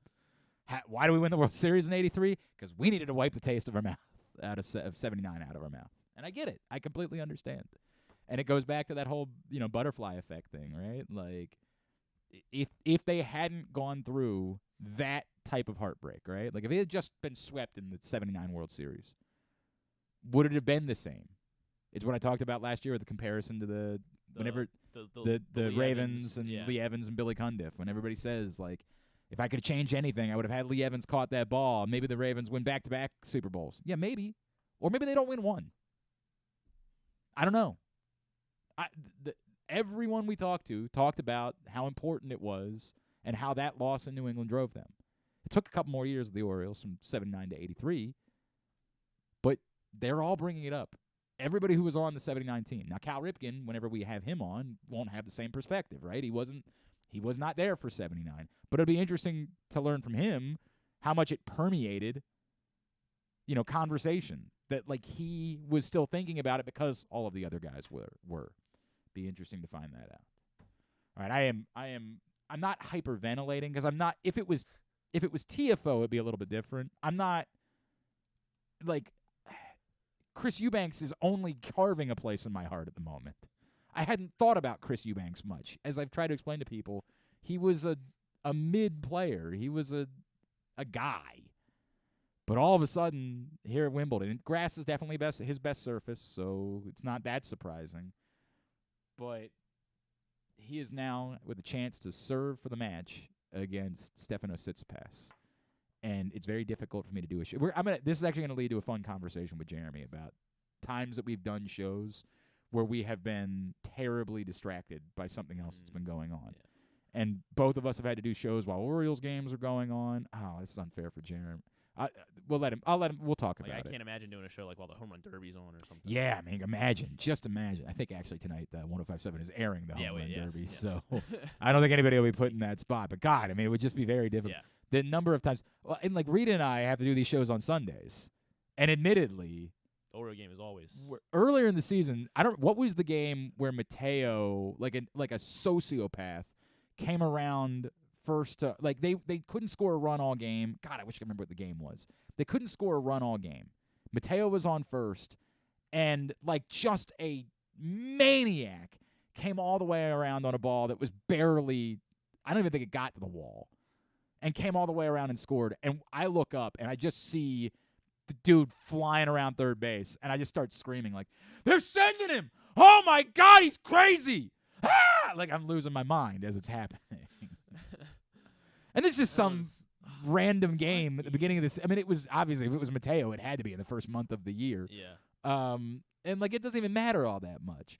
Imagine doing a game. So like this year, the playoffs oftentimes are during the afternoon. Imagine like you got to be Weinman and Barbalace and Lockenfora in them, and trying to do a radio show while there's a playoff game going. Like imagine if you were on up against the Delman Young game. Imagine trying to host a show in those circumstances. We used to have a policy at the old station that when events were too important, we would just put national programming on. We wouldn't. We're like, nobody's gonna listen. Why would we do this? We're gonna bag it for the day. So if like the Orioles were playing a playoff game in 2012, we weren't gonna run. In fact, I remember I did not do my show on Game 5, the Nate McLeod hit the foul pole game in 2012. When I was doing afternoons over there, They're just we did not do a show. That's how it's going to be like come September for just. That's what I'm saying. Like well, Orioles games. Well, the night games, right? I'm saying like these were in the playoffs. You have afternoon games, and I want to say that was a Friday afternoon, maybe the Nate McLeod game. I don't remember exactly what it was, but I definitely like walked in and said, "What?" Was it against the Tigers? It looks like this the Mateo play. Might have been. Yeah. Might have been against the Tigers. He scores from first on. Was it had they not scored yet that day? No, it was the third inning against the Tigers. No, then it's not what it is. It was late. One? It was late in the game. It okay. was like a later. It would have been a Sunday game.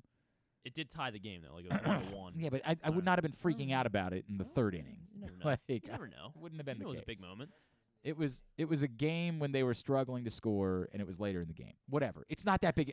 It's not worth this. I know that much. I'll find it. But Rita started freaking out too. I mean, we were losing our damn minds.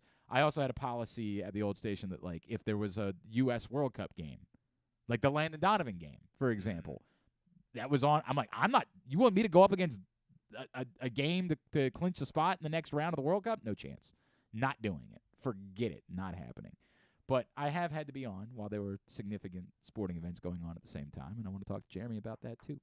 So we will do that, and other fun and frolic. Jeremy Kahn, 105.7 The Fan, will join us next. It is a Monday edition of Glenn Clark Radio. Catch that festival feeling in Charm City. Everywhere you go, you'll find exciting entertainment, delicious eats, and endless summertime fun. Cheer on the O's at Camden Yards, pick crabs by the waterfront, beat the heat inside a world-class museum, and make memories that will last a lifetime. Go to baltimore.org for more information and to plan your visit. I'm Michael Jangrandy, president of AJ Michaels, your carrier energy expert for 44 years. Save money, energy, and make your home more comfortable and virus-free. Find us at ajmichaels.com. That's ajmichaels.com.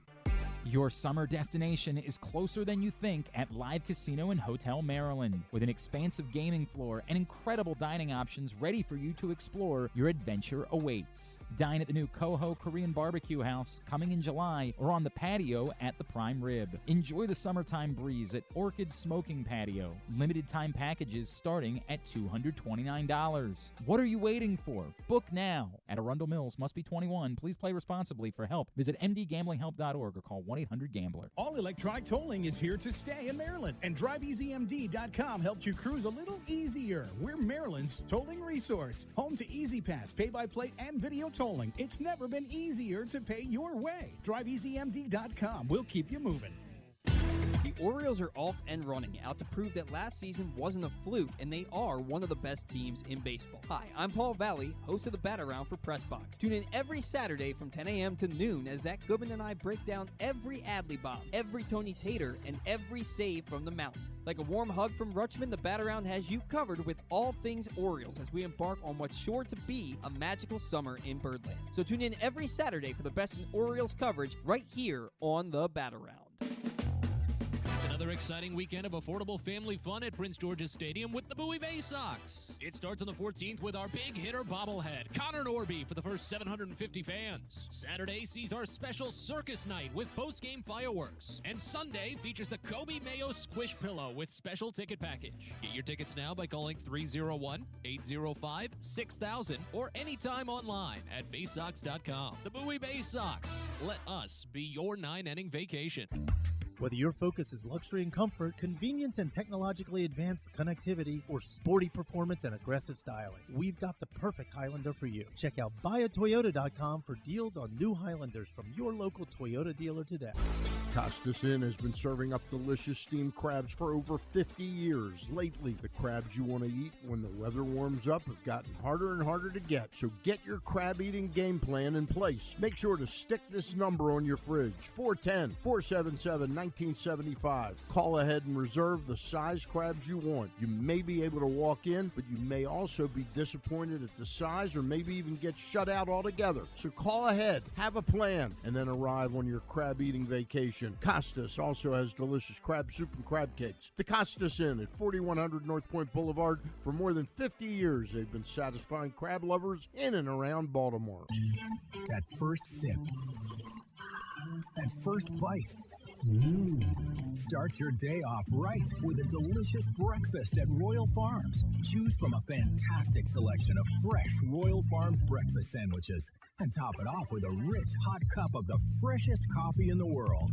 At Royal Farms, breakfast is available day and night. It's the freshest breakfast in the world.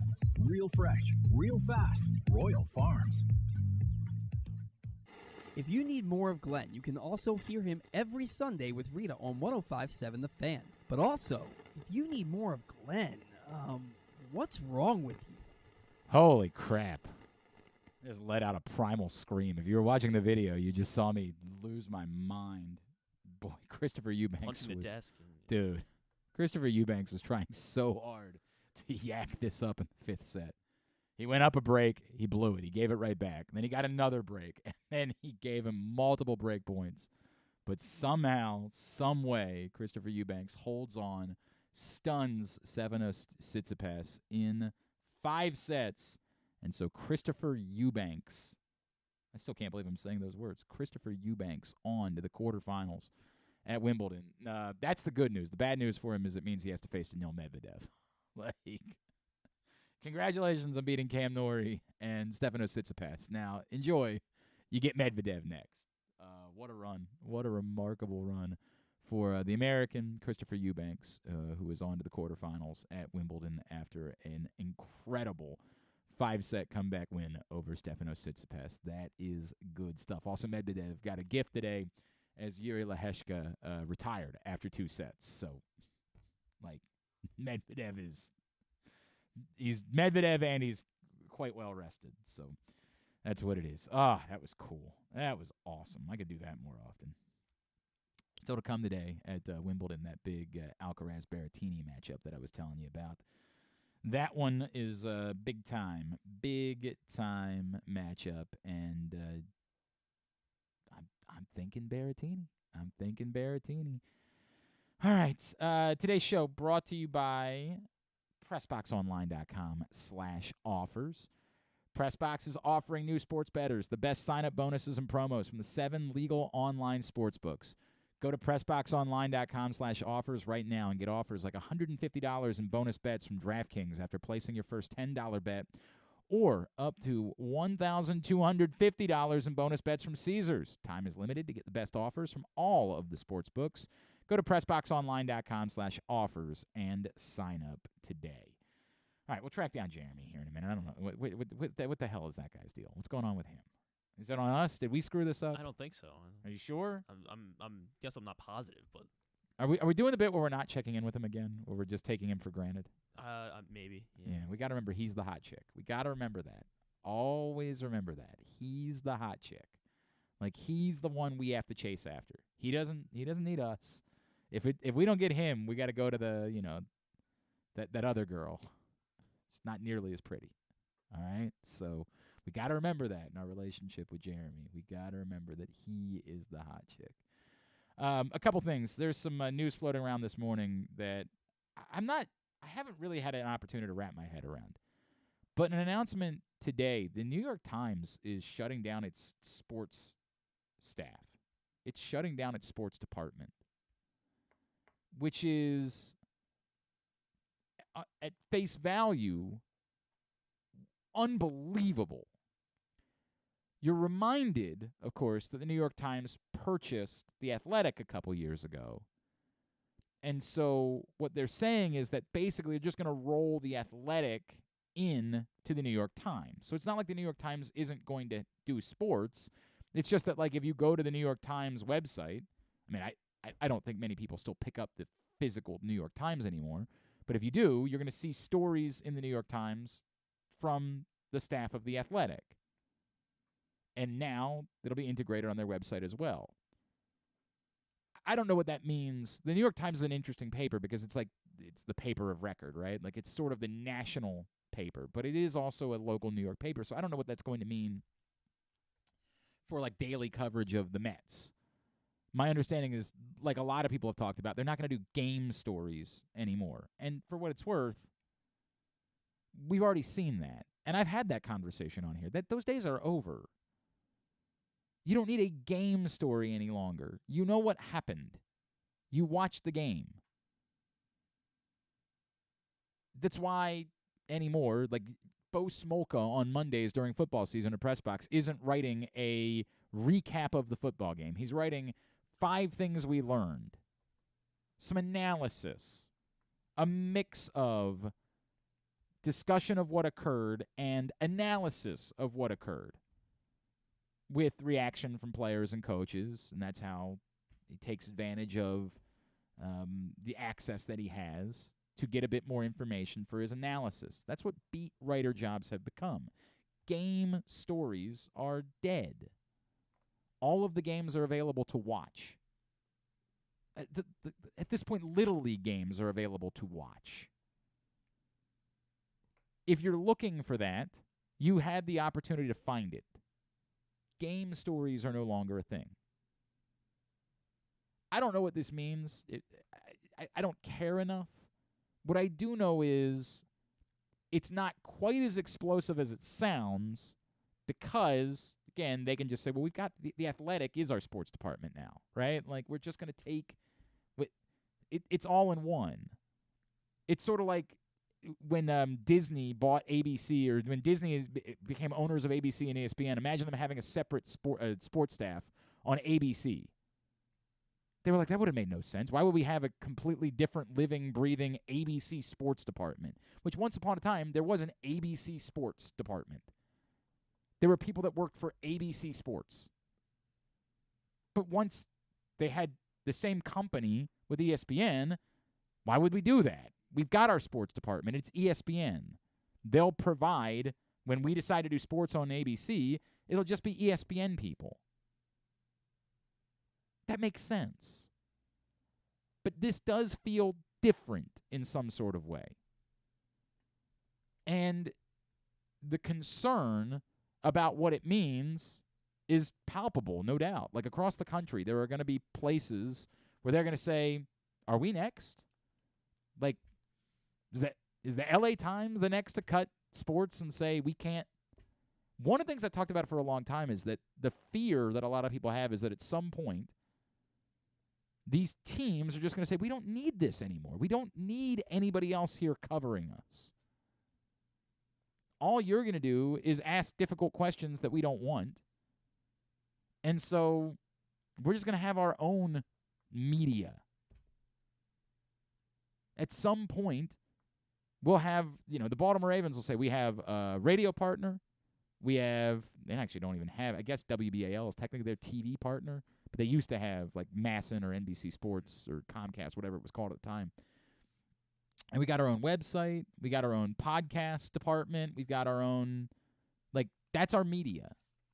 That's all we need. We got our own social team. Why do we care if the Baltimore Sun or Press Box or the Baltimore Banner or whoever it is, other radio stations, why do we care? We've got everything we need. And I'm not saying we're there or that this signifies the next step in getting there.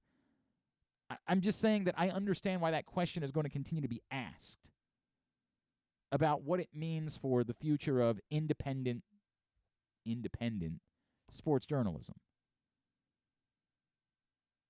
I have maintained, I think sometimes this gets inflated. The sense of value, the sense of importance of independent sports journalism. Sometimes we say, well, it's important that we're there asking the hard questions. Well, the hard question isn't why did you go for it on 4th down. That's not that important in the grand scheme of life. We need more people to question what's going on with, like, drinking water and getting roads fixed. We need that. We don't necessarily need 30 different people to ask, why'd you go for it on 4th down? And I get what I'm saying, because somebody's going to say, dude, you're suggesting that your own jobs shouldn't exist. I think there's plenty of room for opinion, analysis, all of that. But we don't, pretending like it's very important to ask a football coach about a decision that they made in a football game. We're kidding ourselves a little bit. In the grand scheme of life, it's not that important. It is important that we hold elected officials accountable and that, our institutions in this country work. And what's always brought up is that, like, well, hey, teams get public money for stadiums, and we should be asking the Ravens about what they're doing with their $600 million they're getting from the state. And those things aren't nothing. They're not. Like, those are relevant topics. There was a story that popped up this weekend from Politico that the Orioles have hired lobbyists to try to get federal money. Now, the way the headline was written, I got to see if I can pull it back up because John in Little Rock sent it to me, and I was like, what the hell? The headline was written suggesting that the Orioles are trying to get federal money for this is how the headline says, Oriole lobby for federal cash for stadium redevelopment. And, of course, we here in Baltimore are like, dude, so is this the holdup on the lease? What the hell is going on, man? Like, you just got $600 million from the state. You're trying to get more? And so the immediate reaction is, oh, God, same old Orioles, right? Like, same old Orioles. Then you read the story, and you realize the headline is criminal. The story, as it goes on, says, this group of people began lobbying for the Orioles at the beginning of June to rally Maryland's congressional delegation in support of federal funding for infrastructure, transportation, and homeland security investments around Baltimore. Which, I think we would all want. And as I said on the radio show yesterday, and I would want the same for Sparrows Point, or I want the same for Hampstead, or I want the same for Abingdon, or I'd want the same for Brooklyn. Maryland's Brooklyn. I don't give a rat's ass about New York's Brooklyn. Like, I want it everywhere. Infrastructure is something we should all root for. But when you read the story, the headline, you're like, what the F is that? And then you read the story and you say, oh, no, you want the roads around the stadium to be fixed? You want there to be better public transportation? You want the traffic lights to work? Yeah, that sounds about right. Now, they've got the power to lobby to try to prioritize the downtown area ahead of, Northeast or ahead of Golden Ring or wherever it would be, Mondawmin. They've got the power to lobby. And so somebody would say, well, that's not the way the country should work. It should be that everybody gets treated the same. We get into murkier waters. But the point of lobbying for infrastructure downtown doesn't just help the Orioles. It helps everyone. The arena, the convention center, the many businesses, Sliders, Pickles. I don't even know if some of these restaurants are still open that I used to go to. The Wharf Rat. Is that still there? The Wharf Rat. That sounds... You've never been to the Wharf Rat? Really? No, I've never been. Is the Wharf Rat still downtown? Wharf I know Frank Rat. and Nick's closed, which stinks. I always loved it. I never. They were never a sponsor, so I never got to talk about it. But I was a regular at Frank and Nick's whenever I would go to events. Like I'd let the hoi polloi wander over to some of the other bars, and I'd be like, I'll just sit and have a nice dinner at Frank and Nick's ahead of the game or ahead of the event that I'm going to. That was our hangout spot when we ever. And I was very sad about losing Frank and Nick's. That sucks. But any of these places Looks like it's still around. Yeah, the hotels benefit from it. The people that do live in the immediate vicinity of the stadium, they would benefit from it. It ain't just the team. Now, I'm still not opposed to the questions being asked. I want the questions to be asked, but I also want them to be asked of the, again, congressional delegation that would be fighting for the project. Are you making sure that you're treating them and everyone else fairly? How are you prioritizing what federal money you're fighting for? All of those things.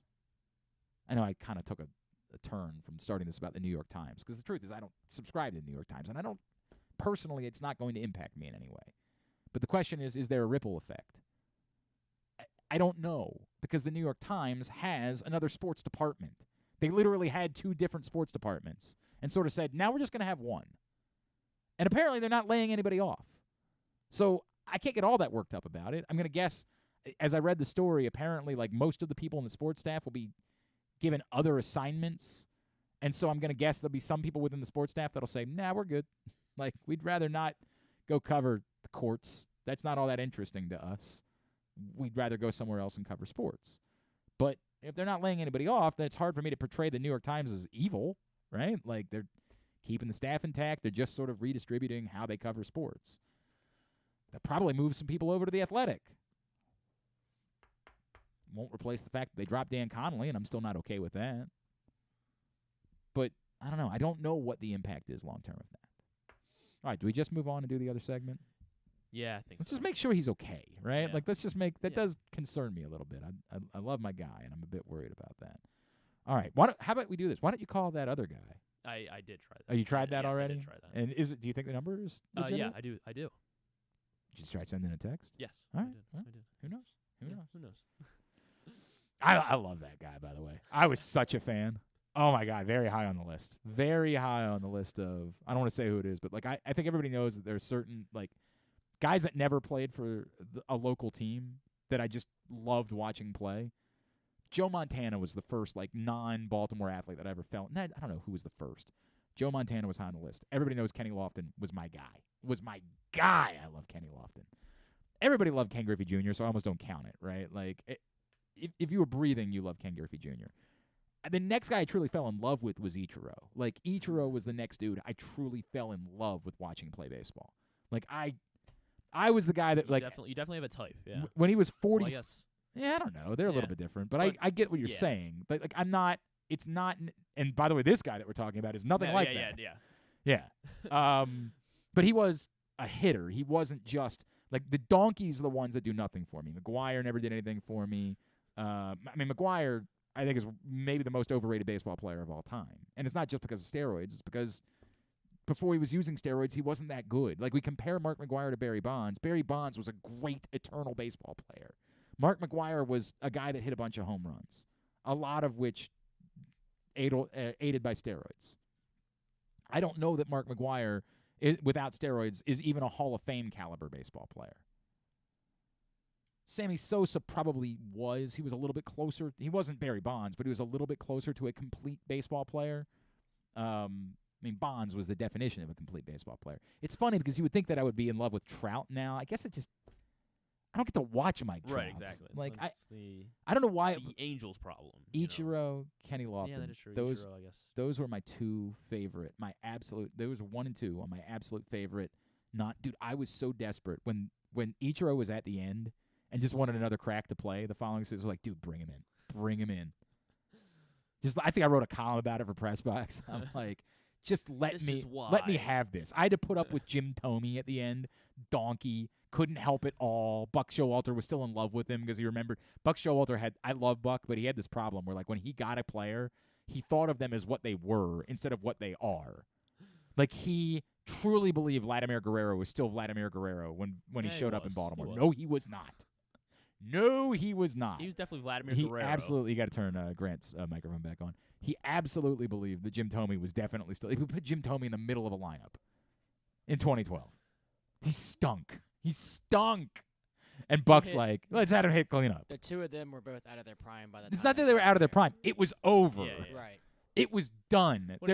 He hit like what, 612? Was that what home run did he hit with the Orioles? Jim Thome. Oh, a significant one. Maybe he did. Yeah. I don't That's remember. Right, yeah. I don't remember. And it was against Cleveland too. Oh yes, yeah. God, Jim Thome. Ugh. And like I have no reason to hate Jim Thome. I just hate the fact that people still thought he was Jim Thome when he showed up in Baltimore. I mean, I always look back on that. I remember when we acquired him, and I knew the big future Hall of Fame name he was. I think it's still pretty cool that he ended his career with the Orioles. Yeah, it doesn't do You're a right. damn. It doesn't do a damn thing for me. It did little in our playoff push that year. He actually hit better in Baltimore than he did in Philly that year. He had 242 in Philly, 257 in Baltimore. So there's that. Anyway, I don't know why it is that I'm going war on Jim Thome. Let's. I'm sure we've got the open. Yeah, he passed. Bad news. Had a busy weekend, so I get around to it. a weekend. Yeah. You know, the last time we did the segment was last Monday. And we yes, talked about it, yeah, right? Like, you understand that? Yeah. Okay, we got the summer's going to be over by the time you get the Open made. We have to fix that. Put in a reminder every night this week until it gets done. It's time for This Week in the Rest of Baseball with Grant, who I still never came up with a nickname for. Sorry. It's just what it is. Want me to throw some out there that have called me before? Yeah. What have you been called before? What have you been called? I've heard G Money. Nah. G DeVive. G DeVive, okay. That's a popular I don't want one, a rap Stevenson. nickname. That's not what I'm looking for. I'm looking for something more. See, he gets it.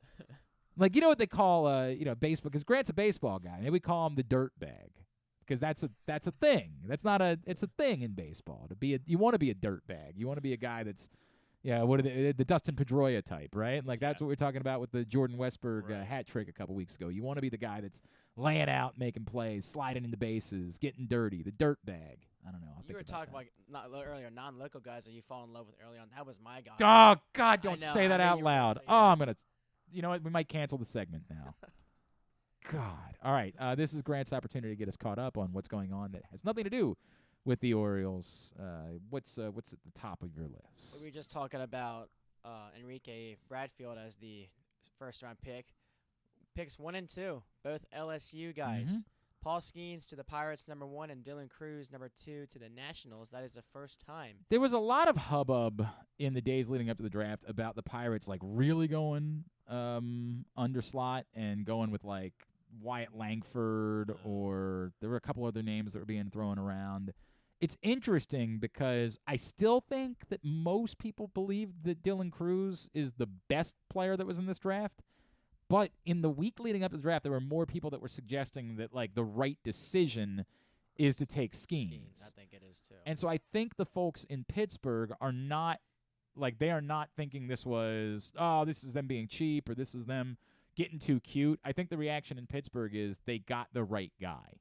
Now, for the most part, the thought is that both these dudes are rock stars, and we certainly saw it. Yeah, we certainly saw during the College World Series that, I mean, these guys are unbelievable. Yeah, and it seems like Skeens is pretty surefire as far as Throw me that goes. remote, by the way, now that the Eubanks match is over. I got it. It's right in front of you, literally right on the table. There, I'm pointing at it. Thank you. Appreciate that. Down here. Yeah, but I mean, because they were comparing him to Garrett Cole and Strasburg, and I think David Price was another comp that they threw out there, and they all worked out pretty good. Sounds like the type of comparisons that you want. Right. Yeah, the last #1 overall pick they had for a pitcher worked, and that was Garrett Cole, 2011. But it is hard to choose. I mean, in the long run, yes, the Pirates do need outfielders. Your only lock, in my opinion, is Brian Reynolds, but you can't go wrong with Skeens either, throwing in a really, really solid arm. I mean, if this is a generational pitching talent, right? It's a rare pick. It's a rare find. You don't get that very frequently. Now, there's far more risk, as people have pointed out over the years, about taking a pitcher. That's the Mike Elias bit, right? Like that's I'm just not going to do it. I won't take pitchers. Now, there also wasn't this guy at the top of either of the drafts that the Orioles were selecting #1 overall. There was no conversation about, like, ironic, right? Kamar Rocker at one point was thought of to be that guy during the process. Like, dude, that's the guy you're going to end up getting. Well, you know, down with Tommy John surgery. Thankfully, that wasn't the guy, and the Orioles knew. It wasn't like the Orioles had a decision to make by that point. He had already kind of been removed from the conversation by the time they made the pick. But there is, you could look over the years, there have been, it's the reason why we talk about Mark Appel, right, who ultimately got to the bigs, but not the way. Certainly not the guy that you thought you were getting. There is a lot of risk that comes with taking a pitcher that high. There are too many things physically that become an issue with a pitcher that you could be risking. This was your opportunity to bring in a generational baseball player of some sort, and you ended up dealing with a guy that physically wasn't able to make it. And that's the risk. I understand it. To me, it was almost the argument for why you do it at 17 with the Orioles when you weren't willing to do it at the top of the draft, right? Like, you can miss on a 17th pick and survive. You can't miss on a #1, #2 type of pick, but you can miss on a 17th pick and sleep at night, right? Like, you say, hey, this happens. This is the way that it goes. For the record, the pitchers over the years that have gone #1 overall, Brady Aiken. Haven't heard him in a long time. That was the last one before last night. Yikes. Oh, no, sorry. I forgot about Casey Mize. But even Casey Mize, right? Like, we were all hot and bothered about Casey Mize, and, like, he was rising and everything, and he has definitely not been that guy at all. Before that, it was Brady Aiken. That was a mess. Before that, it was Mark Appel. Now, as you pointed out, the one before that was the one the Pirates took in 2011, which was Garrett Cole. And then the complicated story of Steven Strasburg in 2009, who definitely panned out. It was just a short-term pan out, but that short-term pan out helped you win a World Series. So, you know, you'll live with the fact that it didn't end up being long-term and you'd sunk a bunch of money in. Like, once you win a World Series, who gives a rat's ass, right? Like, who cares? But so that's a hit. And the one before that was David Price, who was obviously a hit. Luke Hochevar in 2006 was also a number 1 overall pick. Yeah, I forgot about that one. Yeah. Or Hochevar. Because I remember we said Hochevar. We said Hochevar for a while, and then a bunch of people were like, Hochevar. And we're like, I don't know. Hochevar. Sure, we'll go with that. Whatever it is. All right. Anything else you want to say from the draft? Not really. Besides, we talked about Matt Shaw, obviously, going 13th overall. That's a cool story. I would like to see that Nationals outfield one day because they got a lot of outfield depth down in the minors. You got Wood, Green, maybe Robert Hassel the third one day. But if you put 3 of those 4 out there one day, because I don't see any of the current outfielders they have sticking around long term for their next playoff push. But you put those 3 out there one day, or you decide to get somebody else, a veteran, when it's time to make a trade. I mean, Cruz will headline that prospect list of outfielders, but it's not bad company with James Wood or Elijah Green behind him if they all pan out. Yeah, Elijah Green's gotten off to a bit of a slow start. Yeah, I was just looking at his numbers. It's small sample size, but yeah, it's not. It's a guy that I connected with, again, someone who we thought at the time was going to end up being the target for the Orioles at number 1. When we found out the Orioles were going to have the number 1 pick, he was the leader in the clubhouse, and has a unique local story, of course, because his dad played for the Ravens. And so I connected with him, had some conversations with him. So I find it was good to catch up with his dad, who I hadn't talked to in years. And I was like, yeah, this is neat, right? And like, so I've kind of been following a little bit. Like, I poke in on Elijah Green, and you know, it's not been good. There's no way kind of around it. He has not gotten off to a great start to his pro career. He is currently hitting 218 with Fredericksburg, 3 homers.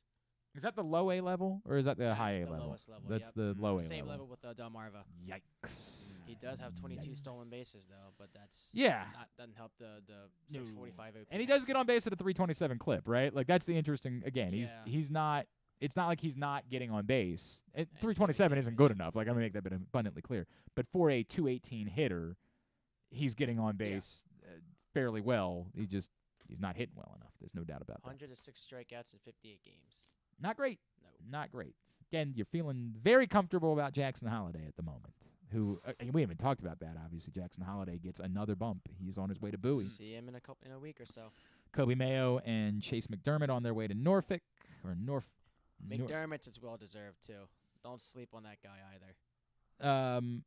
It certainly appears to be something, right? I don't know exactly what it is, but certainly appears to be something.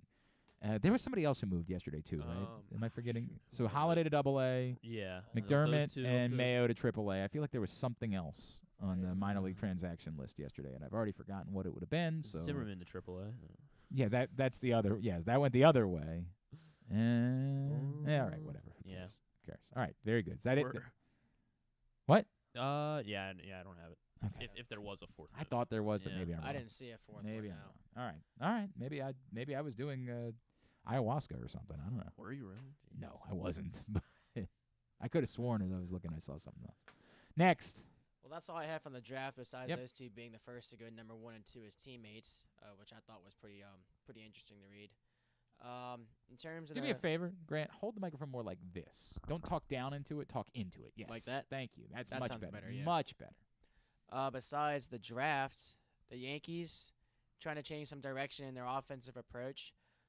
First of all, by firing their hitting coach, Dylan Lawson, but there's got to be something else they're going to do besides that. Their batting average is 3rd worst in baseball, 231.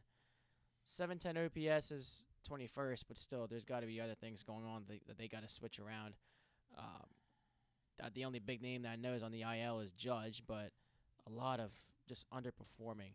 We were talking about Donaldson earlier, the 10 homers. Yeah, that's a crazy stat. His OPS is 697.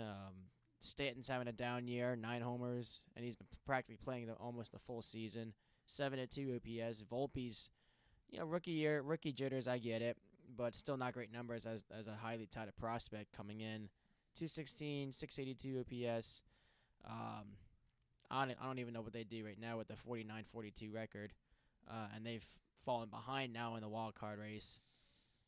Well, I don't care for the record. I mean, this is the difficult. For Orioles fans, yeah, I don't want them to do any better. So who gives a rat's ass, right? Like I've got nothing to say here.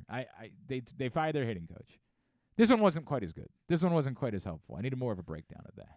Well, I think you want us to pour on the Yankees, right? Sure, we just keep talking about how garbage they are. I have nothing else to add. Nothing else to add to that. Is Judge? Do they have an update on Judge, or is he still out down? He's still down. Okay. Yeah. All right. What else do you got? Well, we got the Rays. I know we're fighting back and forth with them, but I mean, I'm not trying to encourage any injuries or any sort of bad news, but they did suffer a loss in their starting rotation. Drew Rasmussen down for the rest of the year. And when you think about their starting pitching and the guys that are currently on the IL, McClanahan's still there, Shane Baz is still there. By the way, who's starting the All-Star game? Have they announced that yet? I don't think they have. McClanahan was last year. McClanahan would have been the guy. Yeah. Like, McClanahan was the obvious choice to start the All-Star game. By the way, I looked at ESPN Cy Young predictor. Felix Bautista up to second. He should win it in the American League on their Cy Young predictor. Now he won't. McClanahan's still number 1, but Bautista is up to second on that list. I mean, it's insane. He's throwing 2 strikeouts per inning. That's unheard of. That's never happened in baseball history. Even Aroldis Chapman never had a season like that. Now, I don't think he's going to finish the season with that number, but if he does, if somehow Felix Bautista finishes with 2 strikeouts per inning, there's going to have to be a real conversation about Felix Bautista as a Cy Young winner. It's insane because he's up to number 2 on the list. So, yeah, I don't know. If McClanahan's not going to pitch, who's going to start the All-Star game? It doesn't really matter who actually cares, but I just don't even. I still think they should start Felix Bautista. Yes, you're start the game. Firing 103. Everybody else is very excited about the idea of Bautista finishing the game with Adley Rutschman, Bautista to Rutschman finishing the game. There will be zero chance that I will be watching the game. Alex Cobb got added to the All-Star roster. Good for Alex Cobb. Good for Alex Cobb. Yeah, I mean, it's really anybody's guess, I guess, at this point. Osman? Framber Valdez, Nathan Eovaldi, the 2 best, probably the 2 best. Yeah, probably. Left. Valdez was probably the one. That's probably the guy who starts the All-Star game. All right, that's it. That's all we got for now. Yeah, this one wasn't quite as good as last week. Last week was your high water mark. Last week was the one. Last week was a high water mark. There was conversation to be had. There was discussion, all of that. This one not quite as good. That's okay. All good. Life will go on. I did see they put out a ranking of jersey sales. Let me see if I can pull that up. What's LA De La Cruz up to? I don't know if there was enough time for him to. So he might not. All right, I got the top 20. Let's do it. Just all of them. Yeah, go ahead. Tell me. MLB's jersey sales. Yep. Aaron Judge. Aaron Judge is 4th. Okay. Just name players. What are you guys doing? Name players. Did you just pull up the list? I've got the list. Why would you do that, Grant? All right, I'm trying to do a segment, Grant. You got to learn how radio works. We're trying to do content now. This is. You want us to help you out. No. Ohtani. Ohtani is number 2. Actually, there is somebody higher than Ohtani on the list. Acuna is number 1. Yes, Acuna is number 1. Adley's got to be top 20, I feel like. Adley is number 18. Let's go. There you go. Just snuck into the list. Freeman's got to be on there somewhere, Didn't you just look at the list? I didn't go that far into it. What are you doing, man? Well, Mookie Betts. You can't look at the list and then try to guess. Grant, we got to work on how radio works. We got to work on that. Freeman, by the way, is on the list. He's 16th. You said who? Mookie Betts? Yeah, Mookie Betts. Yeah, Mookie Betts is 6th. All right. 6. Yeah. So Trout's still pretty high. Trout is number 10. All right. 10 for Trout. Yep. Let's. By the way, for the record, De La Cruz is not on the list. Darn. That's surprising. Probably well, it's not enough made, time. Yeah, right? Not enough time. All right, let's see. Who else would be on it? Garrett Cole. Garrett Cole is not on the list. I guess pitchers maybe. Julio? Yeah, that's a good one. Grant, did you look at the list or not? If you looked at the list, you can't guess. I got a good one. Julio Rodriguez. Thank you. You can't guess, Grant. You have to turn Grant's microphone off or something. Like, he's doing you can't. Once you look at the list, you're disqualified. I'm sorry. God bless you. It's not a personal thing. Not yet. We'll see how it goes. You can't look at the list and then compete. Go ahead. Keep going, Griffin. Julio. Yes, 7. Okay. Oh, 7. Okay. Yes. All right, so I need 5. Who would be 5? You need 3, too. Oh, yes, right. I do. I don't. 3, 3, 5, I read 8. I read Betts is 3. Betts is 6. Okay. What was Freeman? Freeman was 16. Okay. Who do let's go Rafael Devers. Devers is not on the list. Bad guess. Randy Arozarena. Randy Arozarena is not on the list, and that is a little bit surprising. There's got to be a Ranger. Corey Seager. Corey Seager is number 15. Okay. Adolis Garcia. Yes, he might not be well yeah, I don't think that. Yeah. All right, who? Corbin Carroll is maybe Corbin Yeah, Carroll's too not. soon too. Which it's funny because you would think. And also, the Diamondbacks are kind of. Yeah. I don't want to say irrelevant, but Peter Alonso. Pete Alonso is not on the list. Man, in New York. That's a little Big surprising. slugger. I agree. Yeah. That's a little surprising. So no Mets. Only one. So is there only one Yankee? Aaron Judge. There is not another Yankee on the list. Wow. Okay. Who? I mean, I guess good for the rest of baseball then. Yeah, right. Spreading the wealth out a little bit. Luis Robert. Luis Robert, not on the list. Probably no White Sox. I mean, I feel like Tim Anderson. Tim Anderson is not on the list. He's had a terrible year. Yeah, you really slowed down. This was I going well started for a minute, and then it really fell team apart. by team here. It's a shame Grant looked at the list and can't help. Jose Ramirez. No, Jose Ramirez. Jeez. All right, I gotta get out of the American League. That's the league I know best.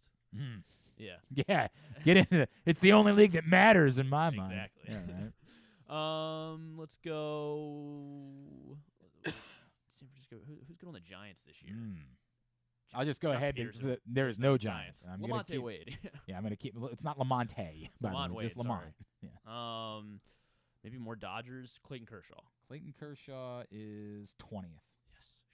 Gosh, Just I was snuck on a really one cold on, spell. right? Long cold spell. Yeah. There.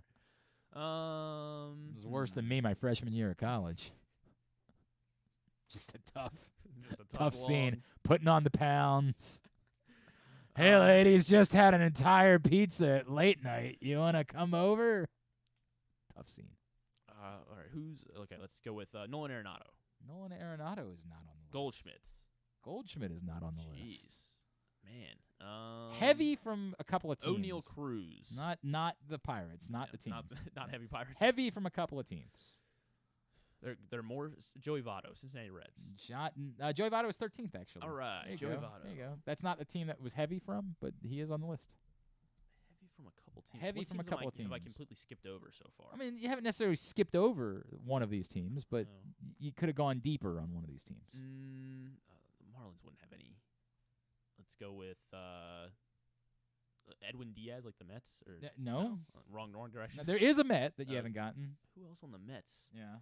Lindor. Lindor. Frankie Lindor. Lindor is 14th. Yes. What do I have left? You need 3, 5, 8, 9, 11, 12, 17, 19.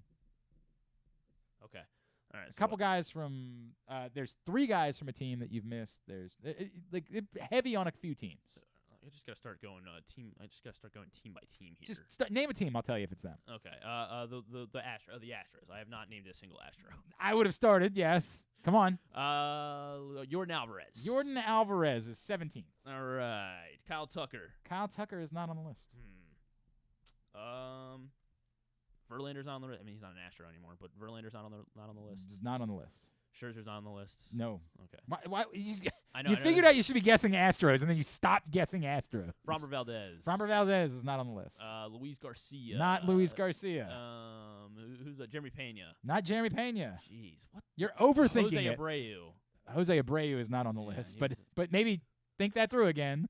Jose. What other Jose do they have? Oh, Jose Altuve. My God. Jose Altuve. Of My course. God. And how about one more? Again, don't overthink it. No, not another Jose, just another Astro. Don't overthink it. Who's good on the Astros? The best players. The ones that have been most known for the longest amount of time. Carlos Correa's not on the team anymore. I'm aware of that. Why am I thinking? Why am I blanking on the What best is Astros? going on? Are you having a stroke? I guess so. Alex Bregman is number Alex 9 on the Bregman. list. Yeah. Jesus. The Astros have been having a forgettable season. Who's another good team? Maybe one that won a World Series recently. The Braves. The Braves. Ozzie Albies. Ozzie Albies is number 12 on the list. All right, Ozzie Albies. How about another Brave? Spencer Strider. Not Spencer Strider. Who else is it? Michael Harris. Not Michael Harris. Austin Riley. Austin Riley's Austin number Riley. 11. How about that? Got to get back in the top 10 here. Yeah.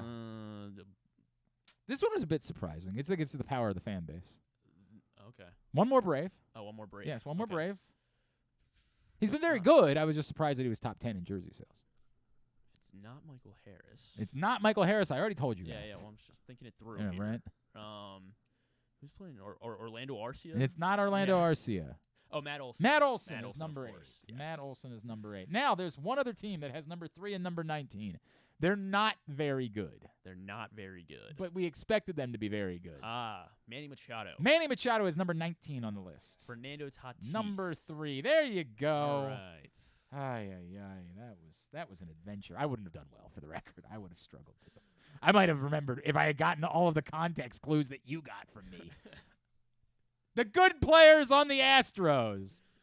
Alex Bregman. Yeah. Named Jose. I was gonna say Mauricio Dubon. Not great. That was not great. All right, very good. Let's get a tidbit. Tidbit is brought to you today. Now I'm going to get to embarrass myself. Tidbit is brought to you today by your local Toyota dealer and buyatoyota.com. The Toyota Tacoma comes in a range of models and trim lines, so you can choose the perfect Tacoma to reflect your unique personality and driving habits. Check out buyatoyota.com for deals on new Tacomas from your local Toyota dealer today. The Rays were on a 7-game losing streak before they snapped that losing streak with a win against the Braves yesterday. They went 35-15, which is the best home record in all of baseball. They also entered the All-Star break leading the AL East for the first time in franchise history. So maybe a little scary if we're comparing the last time the Orioles won a World Series, 7-game losing streak. The Rays now have a 7-game losing streak to their name. Don't like that. Yeah. No. Ellie De La Cruz, he became the only player in Major League Baseball history after playing his 30th career game to have 40 hits and 15 stolen bases in his first 30 career games. It's pretty nuts. Yeah. And then on this day yesterday in 2002, the MLB All-Star game ended in a 7-7 tie. As both teams ran out of available players. I was at my grandparents' house in Georgia, and everybody had gone to bed. You were staying up to watch the 11th inning. Because this is back when I was still a nerdy baseball fan. This is I was 19, 18, whatever I was at the time, and I remember being so befuddled. What? And of course the infamous image of Bud Selig shrugging. I just remember being so befuddled by them not doing anything. That I made ended a home run derby. I made a noise that woke my family up. Now I was an adult by this point, so I didn't give a rat's ass. I wasn't gonna get in trouble. We were down visiting my grandparents, but I was just so perplexed. Just a what? What in the world? In fact, this was a great trip. I went to visit my grandparents, but I took my buddy Barry came with me, and we went to see the Cubs play the Braves. When Sammy Sosa was in the height, and then we went to the Dave Matthews Band in Atlanta the following night. So we had it was a decent little trip.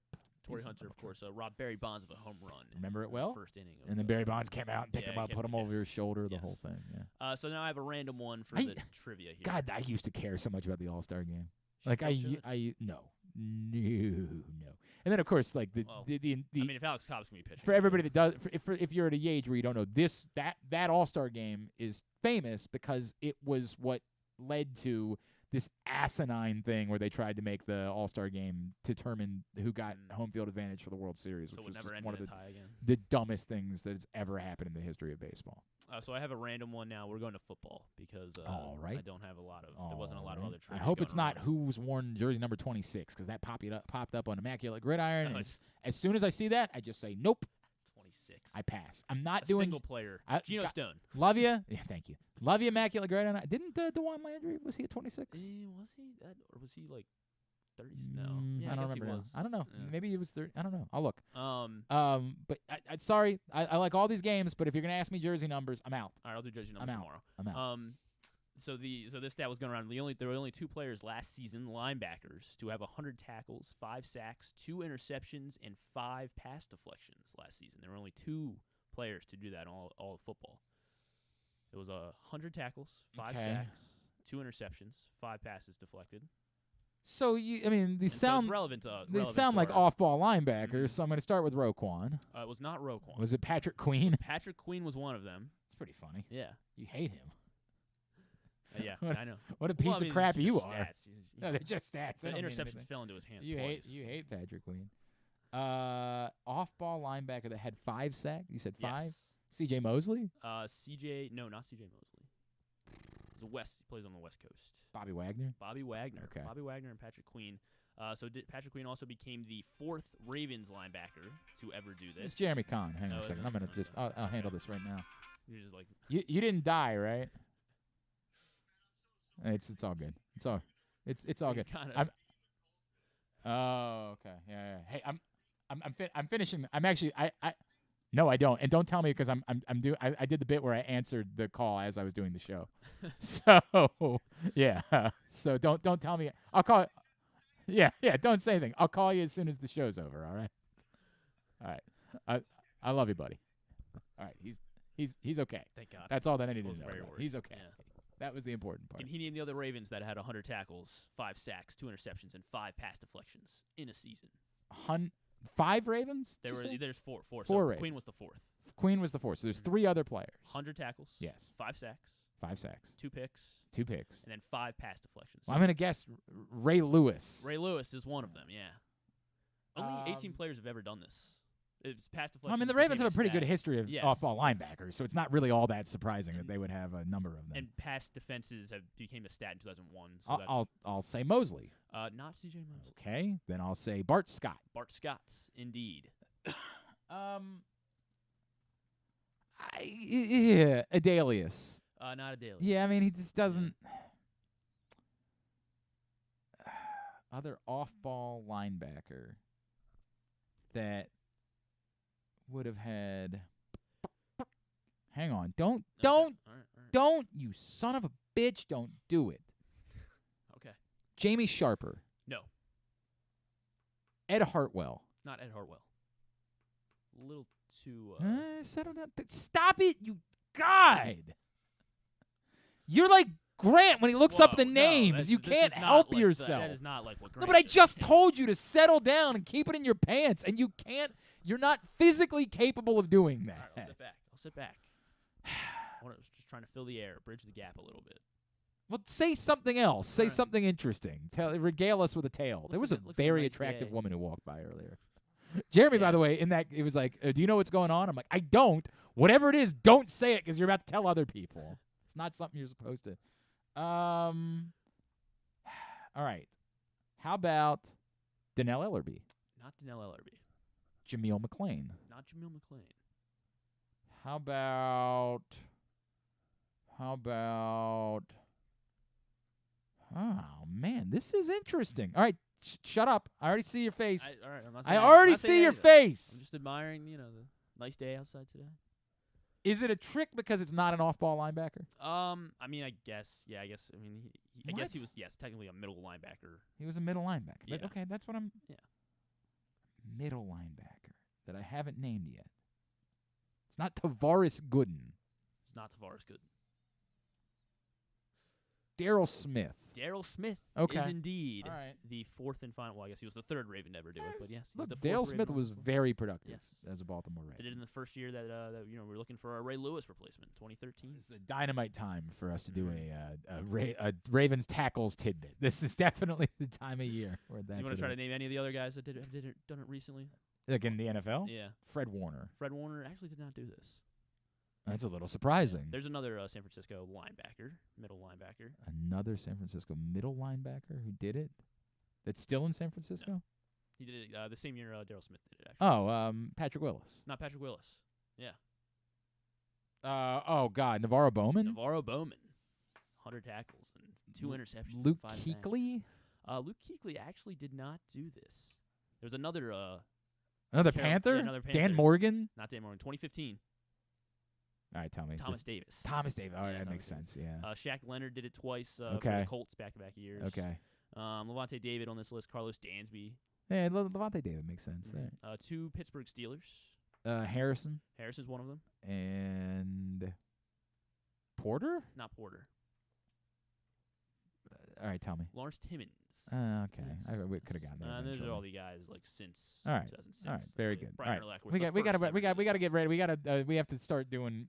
We got a very complicated show to do tomorrow, and we need to do some homework in order to be ready to do it. So we got to wrap up. Plus, I got to call Jeremy now because he's got to tell me about a thing because he didn't show up to do the show today. And it might be our John Colson's fault somehow. That name was thrown around in the. I don't know what's going on there. All right, here's what's coming up. Totally tubular-wise, it's brought to you by the print issue of Press Box, which is still available. Tony Siragusa, wonderful story from Dave Ginsburg, featured on the cover. Go pick it up for free at your neighborhood Royal Farms, any of those hundreds of locations around town where you find Press Box. Read it all, PressBoxOnline.com. Home Run Derby, again, is tonight on both ESPN and ESPN2, depending on if you like the nerd broadcast of the Home Run Derby, because they're doing that on ESPN2. Adley Rutschman. Calling it like as I don't think they're bringing Berman back again. Berman back. Yeah, I don't think they're doing. I saw it. I saw who was calling. I really did. Sorry. I actually saw who was calling it. Yeah, you son of a bitch. God, I hate you. Home Run Derby. Already gone. I've Good already matchups. lost. Good it. matchups No one. there. I don't care. Just want to be able to say who's calling it because I did know. I actually looked. I don't know why, but it popped up. It's not Carl Ravitch or Carl Ravitch. And for God's sake. Adolis Garcia, Randy Arozarena. All right. Oh, here we go. I've got it. Okay. Shut up. I found the thing. Monday. Home Run Derby.